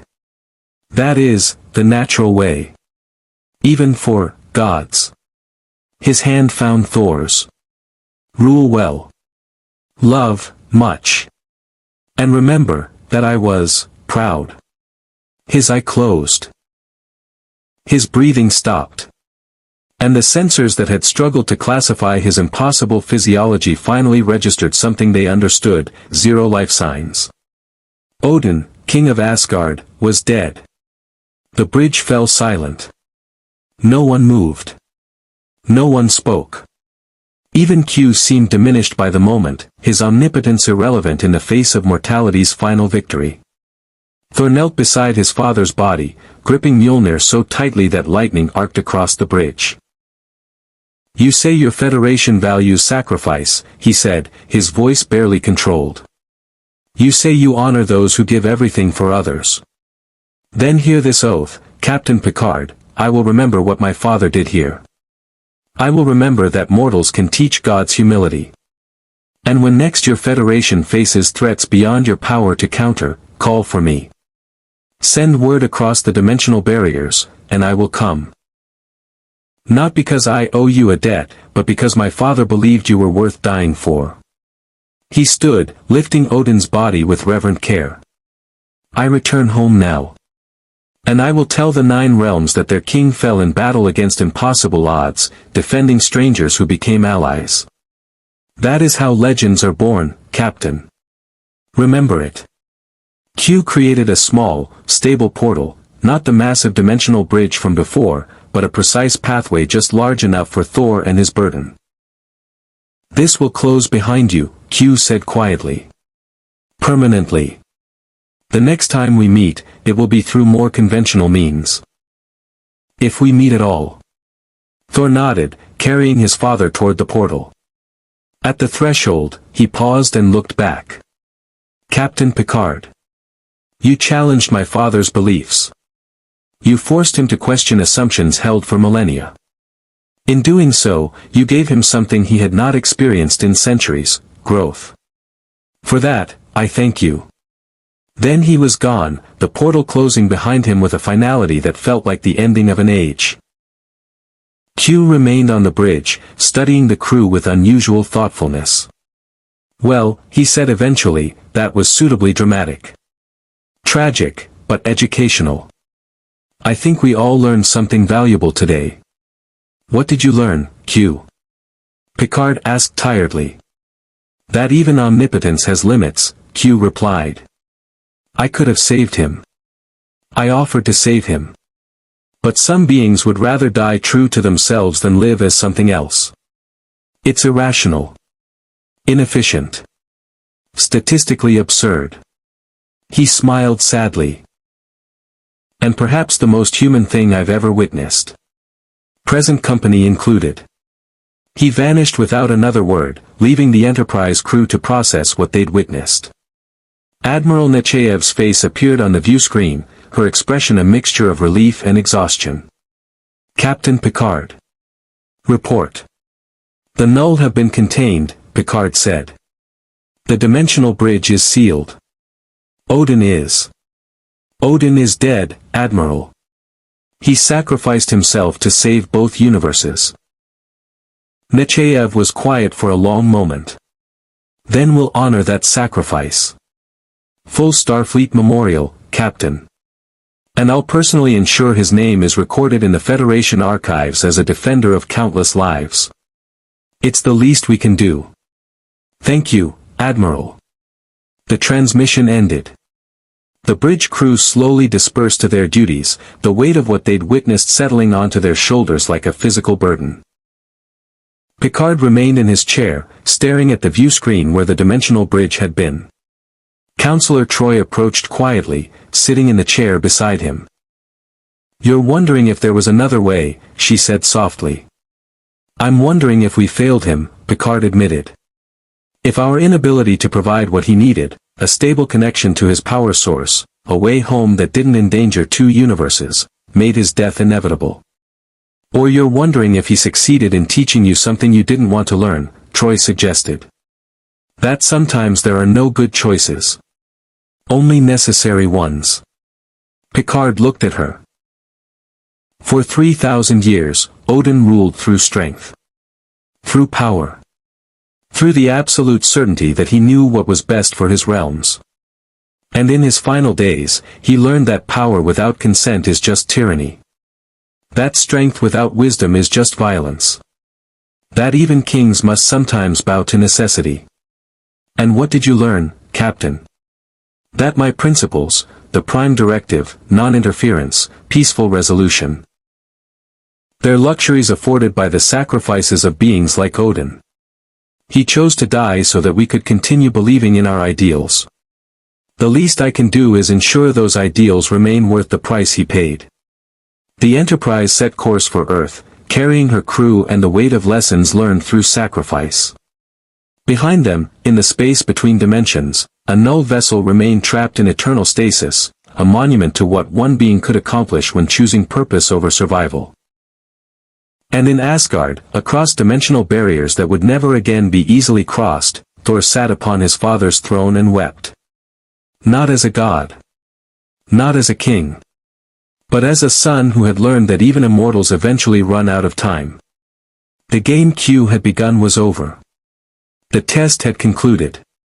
And in the final accounting, both god and mortal had proven themselves worthy, not through victory, but through the willingness to sacrifice everything for principles larger than themselves. Some battles are won with weapons. Others with wisdom. And the rarest, the most important, are won by simply refusing to compromise who you are, even when extinction offers easier alternatives. Odin had understood that in his final moments. And in understanding, he had achieved something greater than ruling 9 realms. He had died free. The memorial service was held on Earth, in Starfleet Headquarters Hall of Heroes, a chamber reserved for those who had given everything in defense of the Federation's ideals. Odin's name was inscribed alongside Starfleet legends, those who had fallen at Wolf 359, who had sacrificed themselves against the Borg, who had stood against impossible odds and chose duty over survival. It was, Picard thought as he stood before the assembled admirals and dignitaries, a fitting tribute for a king who had learned humility only when faced with mortality. Odin of Asgard was not born of our universe, Picard said in his eulogy. He did not share our history, our values, or our understanding of how civilizations should function. He came here through no choice of his own, displaced by forces beyond his control, and found himself in a reality that challenged everything he had believed for 3,000 years. He could have raged against those challenges. He could have imposed his will through the vast power he commanded. Instead, he chose to listen. To learn. To grow. He paused, remembering the All-Father's final moments. In his last act, Odin demonstrated what the Federation aspires to at its best, the willingness to sacrifice everything, power, life, even the possibility of returning home, to protect those who could not protect themselves. He taught us that principles without the courage to defend them are meaningless. And he reminded us that even gods can change. The ceremony concluded with a moment of silence, broken only by the distant hum of starships departing for missions across the Federation's vast territory. Missions that would continue because one displaced god-king had chosen sacrifice over survival. Afterward, Guinan found Picard in his ready room aboard the Enterprise, staring at a bottle of Chateau Picard he'd never opened with Odin. "You're wondering what it all meant," she said, pouring 2 glasses without asking. "I'm wondering if we made the right choices," Picard admitted. "If there was some path we didn't see, some option that would have saved him without requiring his death." "There wasn't," Guinan said with quiet certainty. "I've lived a very long time, Jean-Luc. Long enough to recognize when a story has reached its inevitable conclusion. Odin's time in our universe was always going to end this way. The only question was whether he would end it with grace or bitterness. He chose grace. He chose to become something he'd never been before," Guinan corrected. "In Asgard, he was the All-Father, absolute authority, unquestioned power, divine right to rule. Here, he became something more difficult and more valuable. He became someone who recognized that authority must be earned, that power must be tempered with wisdom, and that even gods must sometimes bow to forces greater than themselves. She raised her glass. To Odin. Who came here as a god and died as something better. What's better than a god? Picard asked. A teacher, Guinan replied. Someone who changes hearts and minds not through force, but through example. They drank in silence, honoring a king from another universe who had taught them that the greatest power was knowing when not to use it. Months later, in the depths of space, a Klingon battle cruiser encountered a spatial anomaly. Chancellor Gowron himself was aboard, and when his science officer reported strange energy readings, he remembered his oath. The All-Father who faced Koth in honorable combat, what became of him? Dead, Chancellor, his aide reported. Sacrificed himself to save 2 universes. The Federation held ceremonies. Erected monuments. The usual mortal tributes to the fallen. Gowron considered this. Then we will honor him in the Klingon way. Spread word throughout the Empire, Odin of Asgard died in battle against impossible odds, defending those who could not defend themselves. His name will be sung in the halls of warriors. His memory will remind us that true honor is not found in victory alone, but in choosing to fight for principles greater than ourselves. The aide looked surprised. He was not Klingon, Chancellor. No, Gowron agreed. But he understood what it meant to be Klingon better than many who claim the blood. That is worthy of remembrance. Kapla, All-Father. May you find glory in whatever afterlife awaits. And in dimensions beyond mortal reach, in the spaces where Q and his kind existed, the Continuum debated what they had witnessed. Some saw it as proof that mortal philosophy was irrelevant in the face of power. Others argued that Odin's choice demonstrated the very opposite. Q himself remained silent through most of the debate. Finally, when pressed for his opinion, he spoke words that would be remembered long after the Continuum had moved on to other concerns. I brought a god to the Federation to test whether their principles could withstand divine challenge. What I discovered was simpler and more profound. Principles are not strengthened by withstanding challenges from without, but by those who choose to embrace them from within. Odin came as a conqueror's mindset given form. He died believing in consent, in restraint, in the value of earned authority over imposed dominance. If that's not transformation worth noting, I don't know what is. The debate continued, as it would for eons. But Q's assessment stood. Sometimes the greatest victories are measured not in battles won, but in perspectives changed. And somewhere in the vast machinery of Federation bureaucracy, a file was created. Classification, Omega. Subject, Dimensional Entities and Contact Protocols. Filed under Lessons Learned from First Contact with Odin of Asgard. The first line read, Some beings are too powerful to contain, too principled to corrupt, and too wise to exploit. When encountering such entities, the only moral choice is to treat them with the dignity and respect we claim to value.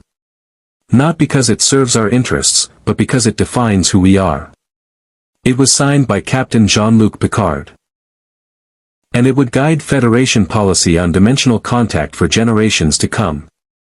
Because in the end, Odin's greatest legacy was not the battles he won or the power he wielded, but the simple truth he learned and passed on, that civilization's true measure is found not in how it treats the powerful, but in how it honors those who choose sacrifice over survival, principle over pragmatism, and growth over certainty. The All-Father had ruled 9 realms. But in dying, he had touched infinity. And that, perhaps, was the most fitting epitaph for a god who learned to become mortal in the moments that mattered most.